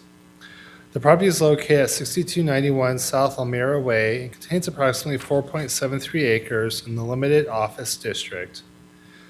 The subject property is Lot 1 of Block 1 of Elmira Way subdivision. The Elmira Way subdivision was a part of the Hazelwood Village preliminary plat. This preliminary plat includes the subdivisions that are directly to the east and south of the subject property. The self-service storage facility will consist of a climate-controlled building, main office, and individual self-service storage units. Since the staff report was published, a revised master site plan was submitted to address Ada County Highway District requirements by making the Elmira Way access point to the site a full entrance and exit instead of just an exit as what was originally proposed. The buildings will be connected with fencing in order to create a secured perimeter. A 20-foot landscape buffer surrounds the site with a variety of landscape materials, including ground cover shrubs, deciduous and coniferous trees. The hours of operation will be limited to Monday through Saturday from 9:30 a.m. to 6 p.m. for the office, with access to the individual storage units available from 7 a.m. to 10 p.m. The facility will be secured and will require the use of a keypad to enter. The applicable comprehensive plan is the Boise Comprehensive Plan as adopted by Ada County. The future land use map in the comprehensive plan designates the site as mixed use, which is intended to include a variety of residential, office, and commercial uses. Staff finds as the proposed self-service storage facility would provide a commercial use that would support the surrounding residential neighborhoods that is compatible with the comprehensive plan. Since some of the structures within the facility have a footprint that is greater than 10,000 square feet, the applicant will need to submit building elevation drawings for each structure that's over 10,000 square feet, depicting that the building mass and bulk are distributed per section 8-4A-26 of the Ada County Code. A few members of the public have provided comments in opposition to the application. They find that the proposal is incongruous with the immediately surrounding residential, religious, and educational land uses. There is a preference for additional retail shops, restaurants, professional services, and other small businesses to be located on the site rather than this proposed self-service storage facility. And there is mention by property owners of existing self-service storage facilities nearby. A number of agencies have provided comment on this application. The Boise Fire Department, on behalf of the Whitney Fire District, provided a number of comments regarding fire access and protection, such as fire hydrants will need to be located so that no part of the structure is more than 400 feet away from the hydrant. Fire apparatus access roads shall extend to within 100 feet of all portions of the exterior walls of the first story of the building, measured by an approved route around the exterior of the building or facility. The Ada County Highway District replied that the development is estimated to generate 130 vehicle trips per day, with 14 vehicle trips per hour in the PM peak hour, based on the Institute of Transportation Engineers Trip Generation Manual 11th edition. The PM peak hour traffic count on Lake Hazel Road is 494, which does not exceed the acceptable level of service of 690 for a two-lane principal arterial. ACHD mentioned that they do have plans in the future to construct a multi-lane roundabout at the intersection of Lake Hazel Road and Valley Heights Drive. In response to the future roundabout, the applicant has submitted a revised master site plan to have a full access off Elmira Way, in addition to the full access that's proposed at Valley Heights Drive. We did receive a letter from the city of Boise that came in late after the additional exhibit memo was sent out to you. In their letter, the city indicated that they would like to see other uses located on the subject property besides the self-service storage facility. They find that the proposed self-service storage facility is incompatible with what they envisioned for mixed-use development, and they are recommending denial of the project. And I did pass out this lay exhibit to you prior to the hearing, and so this will be exhibit number 44 for the record. Key conditions of approval include the following. The master site plan shall be revised to show that structures comply with the 30-foot setback from Lake Hazel Road. The applicant and/or owner shall submit a revised parking plan that depicts a bicycle parking facility. And the applicant and/or owner shall submit elevation drawings for each building over 10,000 square feet. Staff finds that the application complies with the A County Code and the adopted comprehensive plan, and I'll stand for any questions. Thank you very much. Any questions? Madam Chair, Commissioner Exton? I was just wanting for clarity, since this is a conditional use, once or if this property gets annexed by the city of Boise, would that conditional use permit become void? Is that correct? No, it wouldn't, because this as a conditional use, like some of our conditional uses are limited for a certain time period, like the contractor's yards. This type of conditional use goes with the land, for as long as they have a self-service storage facility on there, then that self-service storage facility will be allowed. Okay, so annexation would not change the use of it once it's been decided? No, that's Okay, correct. thank you. My question is, this is obviously a late exhibit. Did you have time to discuss this late exhibit and this new information with the applicant prior to today's hearing, and was it fully included in your recommendation? So, Madam Chair, I did send this, letter to, I think I received it on Friday afternoon, and I did send it to the applicant, Kimberly Horn, that afternoon. I briefly talked with Nicolai a little bit about it. We didn't really go too much in depth, and obviously I've talked a little bit with Leon about it as well. So my question, maybe I didn't do a good job of asking it. Do you feel like you had enough time to address the issue that was presented by the city of Boise? Because it was a late exhibit, so is it early enough that you had enough time to deal with it, or is it something that you're like, gosh, we need more time to deal with? I would say it was early enough that Leon and I had enough time to deal with it. Okay, so adequately address it and discuss it. So I just wanted to make sure. Okay, I guess we'll go to the applicant unless there are more questions. So we'll go ahead and ask the applicant to come forward and give us your name and address and.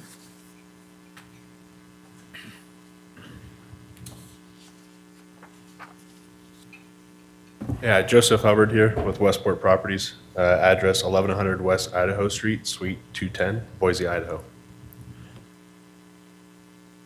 Commissioners, we're here coming before you tonight to request a conditional use and master plan permit for a self-storage facility. Here we have the applicant team, which is myself, President of Development Joe Capasso from Westport Properties, Nicolette from Kimberly Horn, John Brecken from Brecken Land Design, and EV Studio, our architect, Dan is here. Slide. A little bit about us. Westport is headquartered in Irvine, California, founded in 1985 by Barry Hoven. Barry Hoven has since passed, and his son Drew Hoven is now running the company as the Chief Investment Officer. We are a privately held, vertically integrated real estate company, providing development, investment, and real estate services. Slide. Westport has a national footprint and scale. We are integrated in 3 different asset classes, which are multifamily, industrial, and self-storage. Our specialty is self-storage, with approximately 160 properties in 18 states across the United States. We are owners, operators, and developers of self-storage facilities. Slide. Shown here is the Westport Property Company structure. We have over 500 employees currently between operations, marketing, finance, and acquisitions and development. Majority of our employees are operations throughout the United States. Slide. Here's our market study. We see that there's approximately 50,000 people in a 3-mile radius of this subject site. Our square foot per capita for self-storage development is approximately 9 across the United States, with the supply that has come over the United States in the past few years. With that being said, that means that this market would be in demand for about 178,000 square feet of self-storage. As mentioned, we are 90,000 square feet gross, which means that we are very underserved in this subject area. I think we would be more underserved in this subject area if more residential comes on the pipeline. Hand it over to Nicolette from Kimley Horn. Nicolette Womack with Kimley Horn, 1100 West Idaho Street, Suite 210 in Boise. So the site is located at 6291 South Elmira Way. It's 4.73 acres in size. Next slide. So before we came here tonight, we had to do a lot of legwork, which makes total sense. We had our pre-application meeting with staff in November. And we held our neighborhood meeting as a workshop style. So we had one-on-one conversations with several individuals in March. Then we submitted at the end of the month, and we are here today for our hearing. Next slide. So as was covered, we're proposing a self-storage facility, 717 individual units, 2 employees. That averages about 20 patrons per day, and we already covered the hours. So next slide. Shown here is the landscape plan. What's really great about this project is we have a 20-foot landscape buffer around all corners of the site. We're also continuing detached sidewalk along all edges of the site. The landscape buffer includes where the breaks in the units begin, fencing begins. So it's a secured property and requires a keypad to enter. So it'll be probably the most secure thing in the neighborhood. And the landscaping buffer includes deciduous and coniferous trees, so that means year-round you're going to have that buffered protection. Next slide. Shown here are the elevations. So the main elevation, most of the elevations will be buffered by this 20-foot landscape buffer. But the one that will face Lake Hazel is the third one in the third row. As we hear the staff's comment, and we know that there'll be additional site elevation review. Next one. And then shown here would be the majority of the other elevations subject to additional elevation review. Next slide. So the property is zoned LO, as was already covered. Next slide. We originally, our applicant, our client, was looking at doing a residential product on this site. And then based on the policy for not extending sewer in the area, they had to look at a commercial use. So there's only one stub to the site, so that would only allow one stub to remain in use. So as we looked at these other commercial uses, we only get one stub. So if you add, more retail uses, they might have more than one bathroom in a different building, and that's going to require another stub. So storage seemed to make the most sense for this site. Next slide. The future land use map does show it as mixed use. Next slide. And shown here is a vicinity map of the area. So we heard what the city of Boise said about the services in the area. And we decided it'd be good to talk to you guys about what is in the area. So to the east of us is Albertsons and also Lake Hazel Library. There's also Reed's Dairy, ice cream parlor in the area, and a coffee shop. So in general, most of the mixed use line around Lake Hazel, the middle has developed with residential. So we're actually separated from the activity that's happening at the intersection. Next slide. We received the comments from the staff report. We agreed to all the conditions of approval. One that was mentioned was the 30-foot setback from Lake Hazel, and we are happy to accommodate that. Everything else has pretty much been covered, so I won't belabor it. Next slide. And again, we just request approval or conditional use permit, master site plan, and we stand for any questions. Thank you. What questions do the commissioners have? Commissioner Exton, I think. Yes, I was wondering if you were at the neighborhood meeting and if you could, talk about, what concerns were brought up and how they were incorporated into your application for this. Yeah, so if you want to go to the next slide, we actually have some backup stuff. So it was important that we talk to the neighbors about the physical distance we're talking about here. So from the actual building wall face to the closest property owner is 38 feet. To the west of us, it's a dog park. So we talked about, what kinds of uses really would do want to be close to that dog park. And then in general, we're much farther from everything else. So we talked a lot about buffering. We talked about landscaping and maintenance of that landscaping and making sure that it's orderly and as impressive as the landscaping going on in their neighborhood. So we have committed to keeping consistency, especially along Almira Way. So right now, if you drive down the road, it looks like a vacant lot. There's really not much on it. There's not any sidewalks or anything.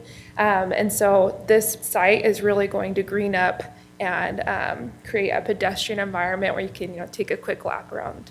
So. Awesome, thank you. What are the questions? Commissioner Birch? Does the applicant actually own the property, or does it have an option to purchase the property? They have the first option to purchase the property. Conditioned upon This. granting Getting this approval? Developer, yeah. So I'm curious whether or not the owner of the property did explore other uses. You mentioned the one sewer connection, which obviously limits, if that cannot be changed, what you could put on that property. The owner of the property, I gather, is not here tonight, correct? The owner themselves are not here, but a representative from the owner is here, and they are planning to testify during the public comment session, and they can talk about that more if you'd Okay, like. good, thank you. What other questions do we have? I wondered if this was included in the original subdivision that's beside it, and if when they did the marketing for that subdivision, if they said this is going to be nice, cute little buildings. And so I'm wondering what the neighbors were expecting based on their expectations when they moved in. Yeah, I'm happy to talk about that. So it's been held by the Church of Jesus Christ of Latter-day Saints for a long period of time. They do their own market analysis when they expand, and our representative from the owner can talk about that more. But they already have a church about 2 blocks north of here, and they didn't see the need at this time to have a second one in the area. So thank you very much. That helps me understand that it wasn't part of the subdivision that is being sold off later. I have one more question. You mentioned a workshop-style neighborhood meeting. Can you provide us some, ideas of what that looks like or some background? Yeah, so at Kimley Horn, we find neighborhood meetings to be a little intense. So we try to approach it with a different style where we print the plans, we print the vicinity map, any elevations we have, and we all stand around a table and talk about it.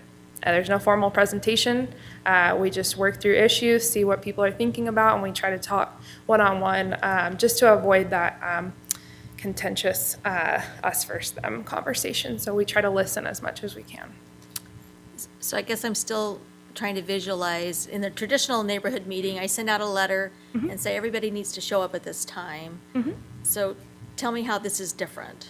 So normally, people host a neighborhood meeting and they have a presentation, and they just stand for questions, and they just take them one by one, and we just take them individually, and we all gather and look at the plans together.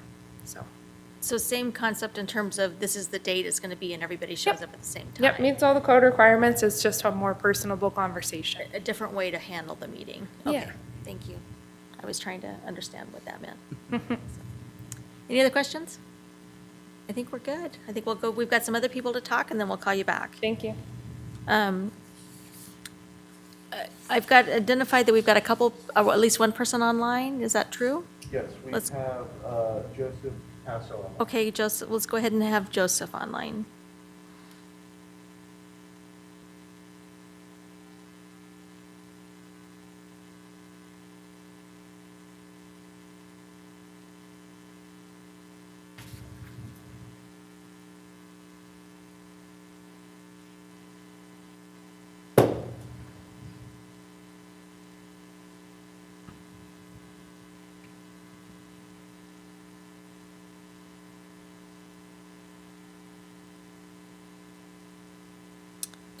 Do you want us to go to the in-person?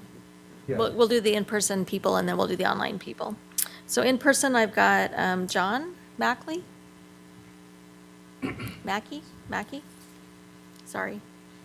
Got everybody's name wrong tonight. That's all right. John Mackey. I am live at 1200 South Lake Point Way in Eagle.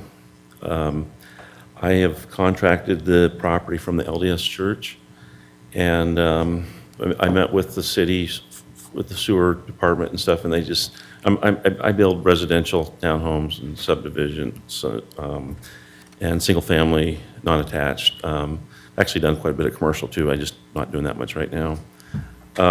But originally, those were the thoughts, is to do something more along the residential line, but the city said, no, you can't have the hookup. So it kind of go, what can you do with 5 acres with one hookup?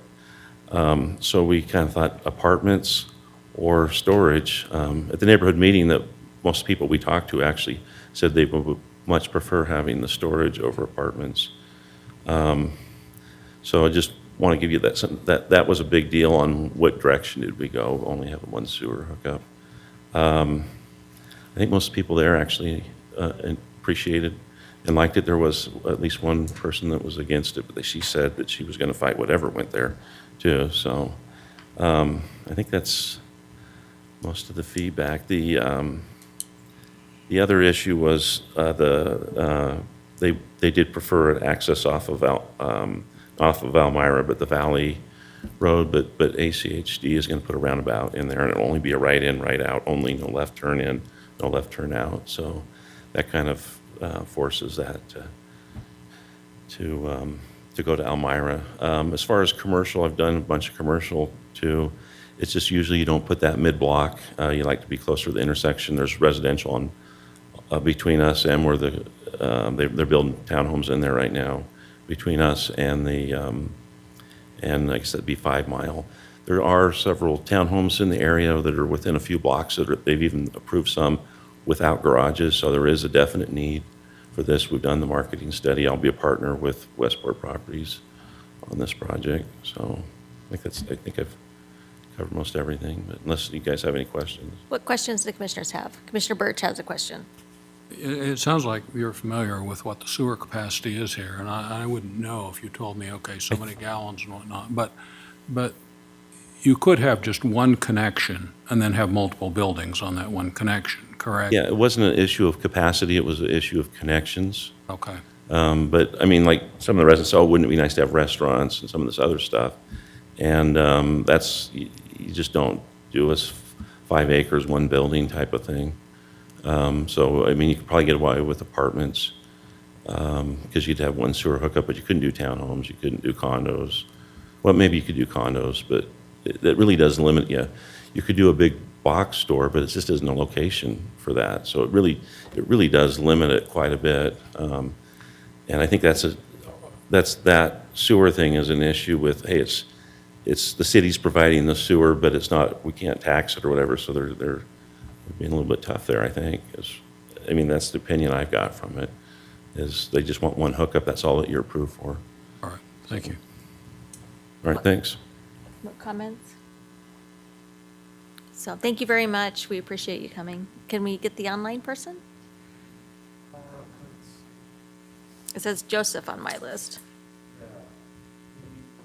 I'm not sure if he is currently online or if we're just having technical difficulties with it, but I seem to be unable to unmute him, so. Yeah, we can look again. I think he may have hung up, so I don't know. It changed from video to phone, huh? So I think he's part of the applicant team, so. Does the applicant team have any way to get his comments or? Yeah, he doesn't have anything more to add. Okay. Thank you very much. I'm going to ask, is there anybody else in the room who would like to speak on this project, who has not had an opportunity to speak? Go ahead and come forward and give us your name and address, and thank you for coming down tonight and sitting through all the other hearings. Madam Chair, Commissioners, my name's Cynthia Korinek. I'm at 10671 West Mossywood Court. I'm there in Hazelwood Village. I'm coming to say I support this project. I support the storage facility being there. It's probably a little unpopular with some of the neighbors I've talked with, but I thought it was important to come tonight. I missed the cutoff period, number one, but I'm going to come here and speak in favor of it for what I believe is good reasons. I'm in real estate as well. I happen to know that I'm definitely on that part of town. There is not enough storage period. A lot of people have to travel pretty far. I do know we have recently have the one on Maple Grove and Lake Hazel, but it's capped out.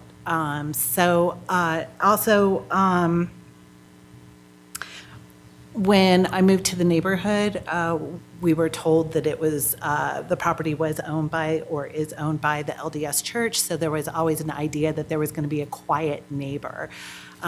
In selling real estate, when you are butted up against a storage facility, that's a quiet neighborhood. That's a quiet facility. People are in and out, they're just conducting the business that they need. It's not ran all night long, so there is a nice cutoff period. I had a neighbor say to me that they were concerned about devaluation of the property with having the storage facility there. That has not ever been my experience, and I have sold property that butts up against a storage facility. I love the idea that there's going to be a sidewalk finally out front there. There is no sidewalk there. And there are kids that leave the neighborhood and go to the school just 2 blocks down, and it's dirt. So that's going to be really lovely. Love the idea of the big landscaping berm. I think what the applicant is proposing is going to fit beautifully with our neighborhood. Our neighborhood is very dense in landscaping, so I think that'll be very nice as well. In short, storage facilities are quiet neighbors, and I look forward to seeing this. I do hope it's approved. Thank you very much for coming down tonight. We appreciate it. What comments do we have? Okay, any other-buddy that wants to talk? We'll go back and ask questions for oh, there's another person? Going, gone. You almost didn't get the cutoff. Yeah. Give us your name and address. Yes, Doug Koalas, 3019 North Innes Street. I represent the LDS Church in this transaction as a real estate broker and have done so for nearly 30 years in different acquisitions and dispositions. So I'm just here to answer any questions. I heard that there might be some, and I'll do my best to try to answer those. Well, I'll look down to the commissioners. Is there any questions? Commissioner Birch? Well, the question that I had just was whether or not there was exploration of any other types of uses that might have gone in. I mean, that was the objections from the neighbors, and that's the objection from the city of Boise. They're saying, we want to see something different in there. I presume that what they were talking about was something retail or restaurant, something in that regard. So did the owner of the property consider other uses? And if they did, why did they reject those and opt to go ahead and sell this to a self-storage unit? As is the case in any disposition, they require that the property be on the market for at least 30, in this case, I think it was closer to 60 days, allowing it to be exposed to anybody who would have an interest in developing at that location. We ended up receiving about 6 offers. At least 2 were for self-storage, and the rest were for townhomes. Thank you. Thank you. That's interesting information, so we appreciate it. Any other comments, questions? Thank you for coming down tonight and providing comments. Okay, is there anybody else who'd like to make a comment? Okay, we're going to go ahead and ask the commissioners if they have any questions for Mr. Danielson. And I'm going to add that if you don't know the answers, I understand that there are 2 questions would be, one, is there any indication by ACHD that that Hazel's going to be expanded from 2 to say 4 lanes? It seems like in their, staff report, I mean, they didn't really, it seemed like the site itself, if they do have, plans to widen the road, it didn't seem like the facility would affect those plans to widen the road, so. Usually they'll have their easement that they've already got laid out there, so that won't affect their plan, their layout. It won't, no. Okay. And then the other would be, on the extension, the sewer extensions, is there any indication by the city of Boise when that might be lifted or changed? Any indication? As far as I know, I'm not aware of any dates or anything like that, so I think that's just uncertain at this point in time. Okay. Thank you very much. Thank you, Madam Chair. Any other questions? My question is, in my history, we've had several of these kinds of letters where we've had the city of Boise say, you know, we don't agree with it, and then the commissioners have, you know, this commission has done something different. So I guess I'm asking, what's our responsibility when we get a letter from the city of Boise Planning Development Services that says that they don't approve of they're recommending denial for the application? Like, how does that work between city and county? So basically, obviously, as the county, you're the ones that are going to be making the decision. So just like almost like when you have other applications, we have people that are in favor of the application or people that are against the application. You know, it's your job to listen to both sides and make an informed decision. And so I look at it from this perspective is, you know, it's important for you to listen to the agencies and to take the information that they present to you and make a wise and informed decision, you know, based on the facts in the project. Thank you. Any other comments or questions? Okay, the applicant gets to make any more comments. This is your last shot. Make a couple comments and. Thank you. So as was already mentioned, the good thing about storage is how quiet it is compared to other uses. So the other services type uses that could have been considered would have been a lot higher traffic and a lot higher noise to the adjacent neighborhood. So the other good thing about storage is that we are very particular with our lighting, so everything is shielded into the site so it doesn't spill over to the neighbors. We're able to just do one story, and so we have minimal impact on the neighbors that way. The low traffic, that has a lot to do with just the nature of storage. So people go to their storage maybe once a month. They don't see a lot of high traffic. So by adding that Elmira access, we're actually helping the neighborhood. If there was a diagram later in my slide if we wanted to share it, but if they do build that roundabout, that would force people to come down Valley Heights Road, make a U-turn in the middle of a residential neighborhood, and go back into our site. So yeah, second to last slide. Keep going all the way down.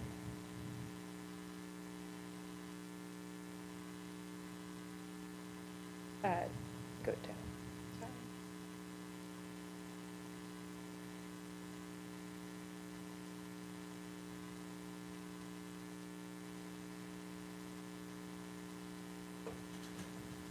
Going. Sorry. No problem. One more. I think. Keep going. Yeah, that one. So it's hard to see, it's a little faint on this, but that roundabout actually has a divider that goes down that road. So it would force our tenant, or people using the storage to U-turn and come back. Also, the roundabout on Elmira already has stubs and spokes divided in the way that it makes sense for entrance and an exit. So the only other thing we wanted to mention was that originally we did consider RV storage, but through the feedback process with the neighbors and understanding every impact to the site, that has a lot more impact, a lot higher profile of the building, so that was removed. So this is all just enclosed storage. Thank you. What questions do the commissioners have? So is that little green spot, is that the dog park that you mentioned? Yeah, that's the dog park for the neighborhood. Okay.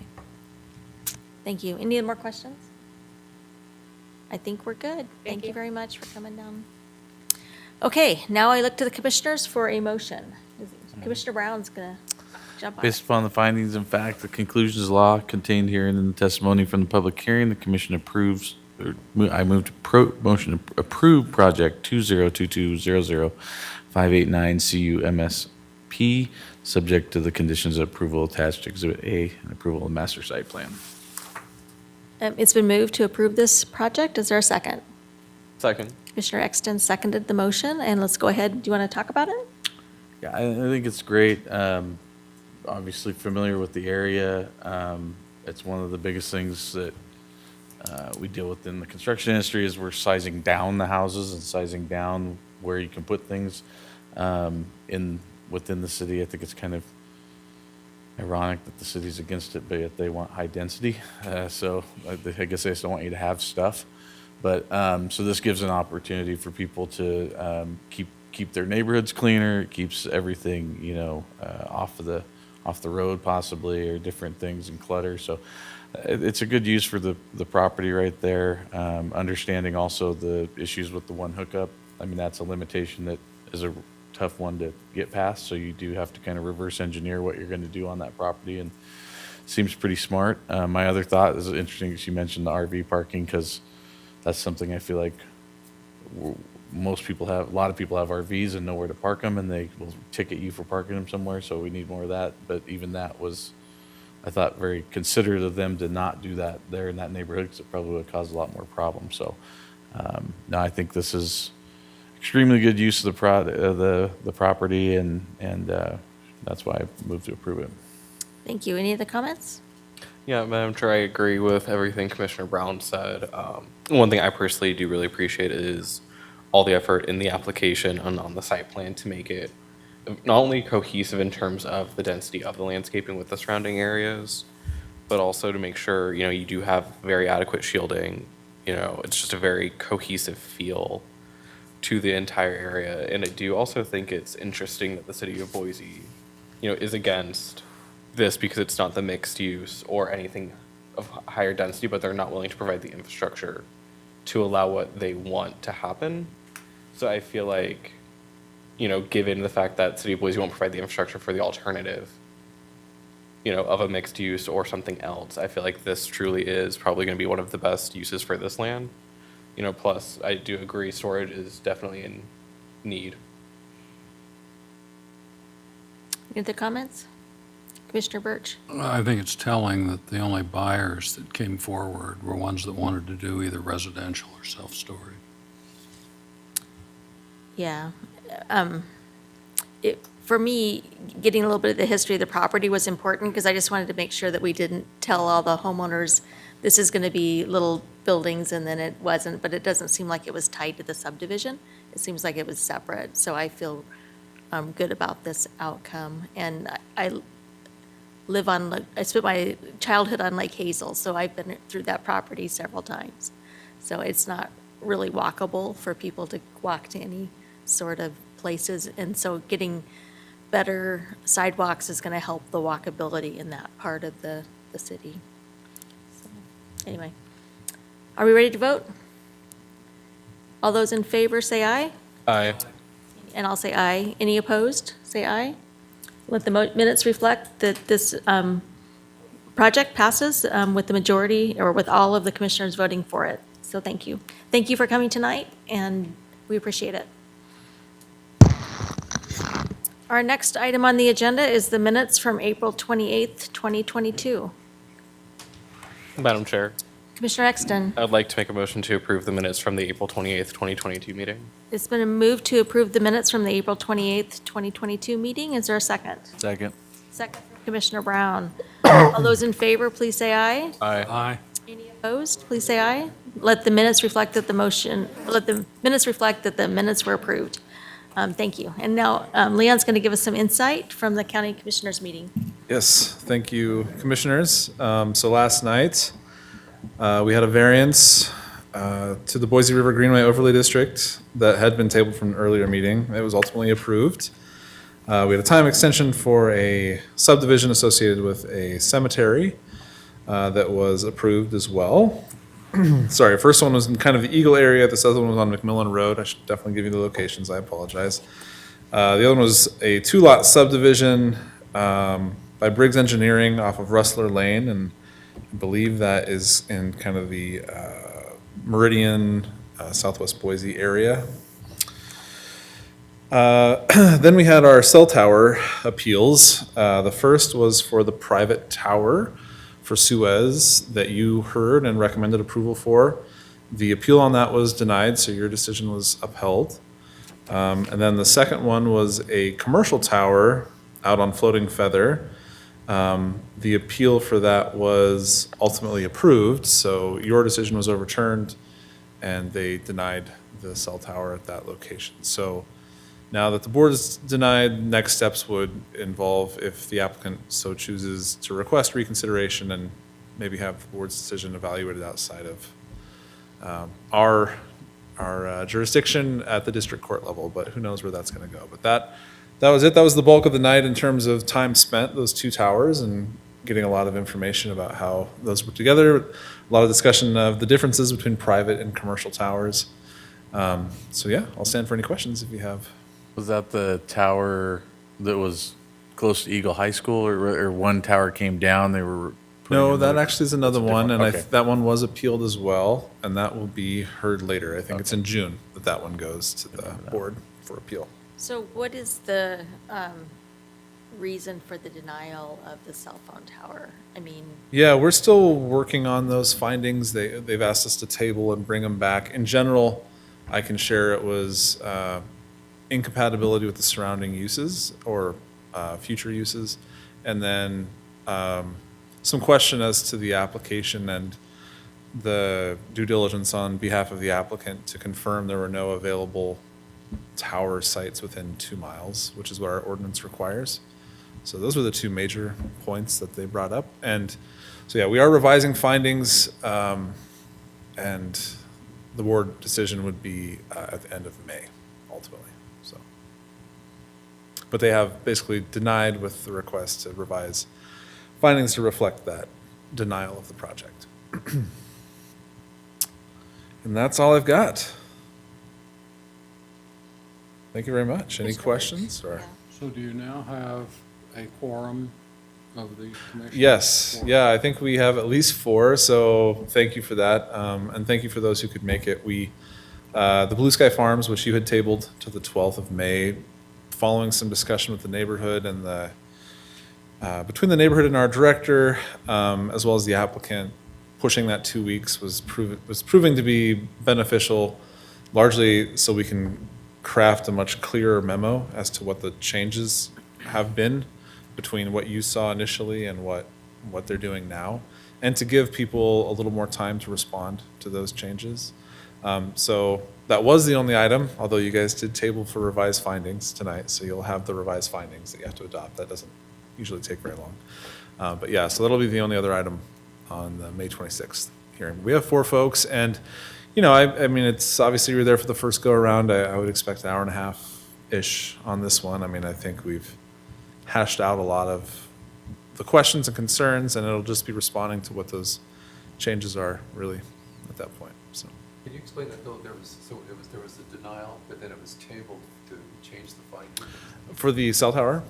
No, for tonight, for the Yes, yeah, so staff, we write those findings documents, and so oftentimes we want to table to reflect whatever the conversation was in the findings, to make sure that we're accurately depicting whatever you say as to why it should be denied. So Brent will work on that for the apartment project.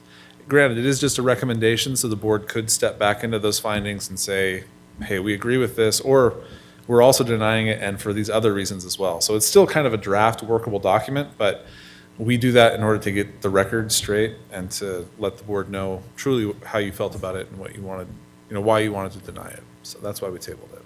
And the same would be true if you recommended a denial, but we approved it, correct? Or we would still table it? Yeah, exactly. And if for any of these items where, if it's, sometimes we can just make it work if it's very simplistic as to why you denied it or approved it, but oftentimes very complex conversations require that we ask you to table it.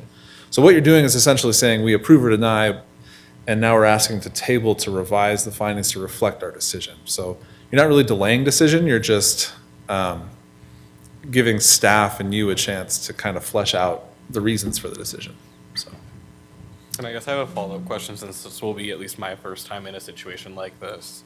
So 2 weeks from now, when we're at the next meeting, yes, what's the process there? Do we just accept the new findings? Yes, yeah, there will be a brief presentation by staff to walk you through the changes made to the findings to reflect your decision. And you'll either ask staff to further refine, hopefully not to the level that we need to table it again, or just accept staff's draft, and that would become, the findings document. Perfect. On the Peppergrass report, that was kind of interesting, but they put their conclusion, what is it, 10, 12 pages at the very end of it. It's like, you thought that there was actually some peppergrass in there somewhere until you get down to the very end. They say, no, there's no evidence of peppergrass. Well, why'd you put that in the first sentence? Yeah, boy. Executive summaries. If you can master the executive summary, you can get a lot done, so. All right, well, congrats. We finished before 9 for a change, so I really, We're adjourned. really appreciate all your help. Thank you. You sign?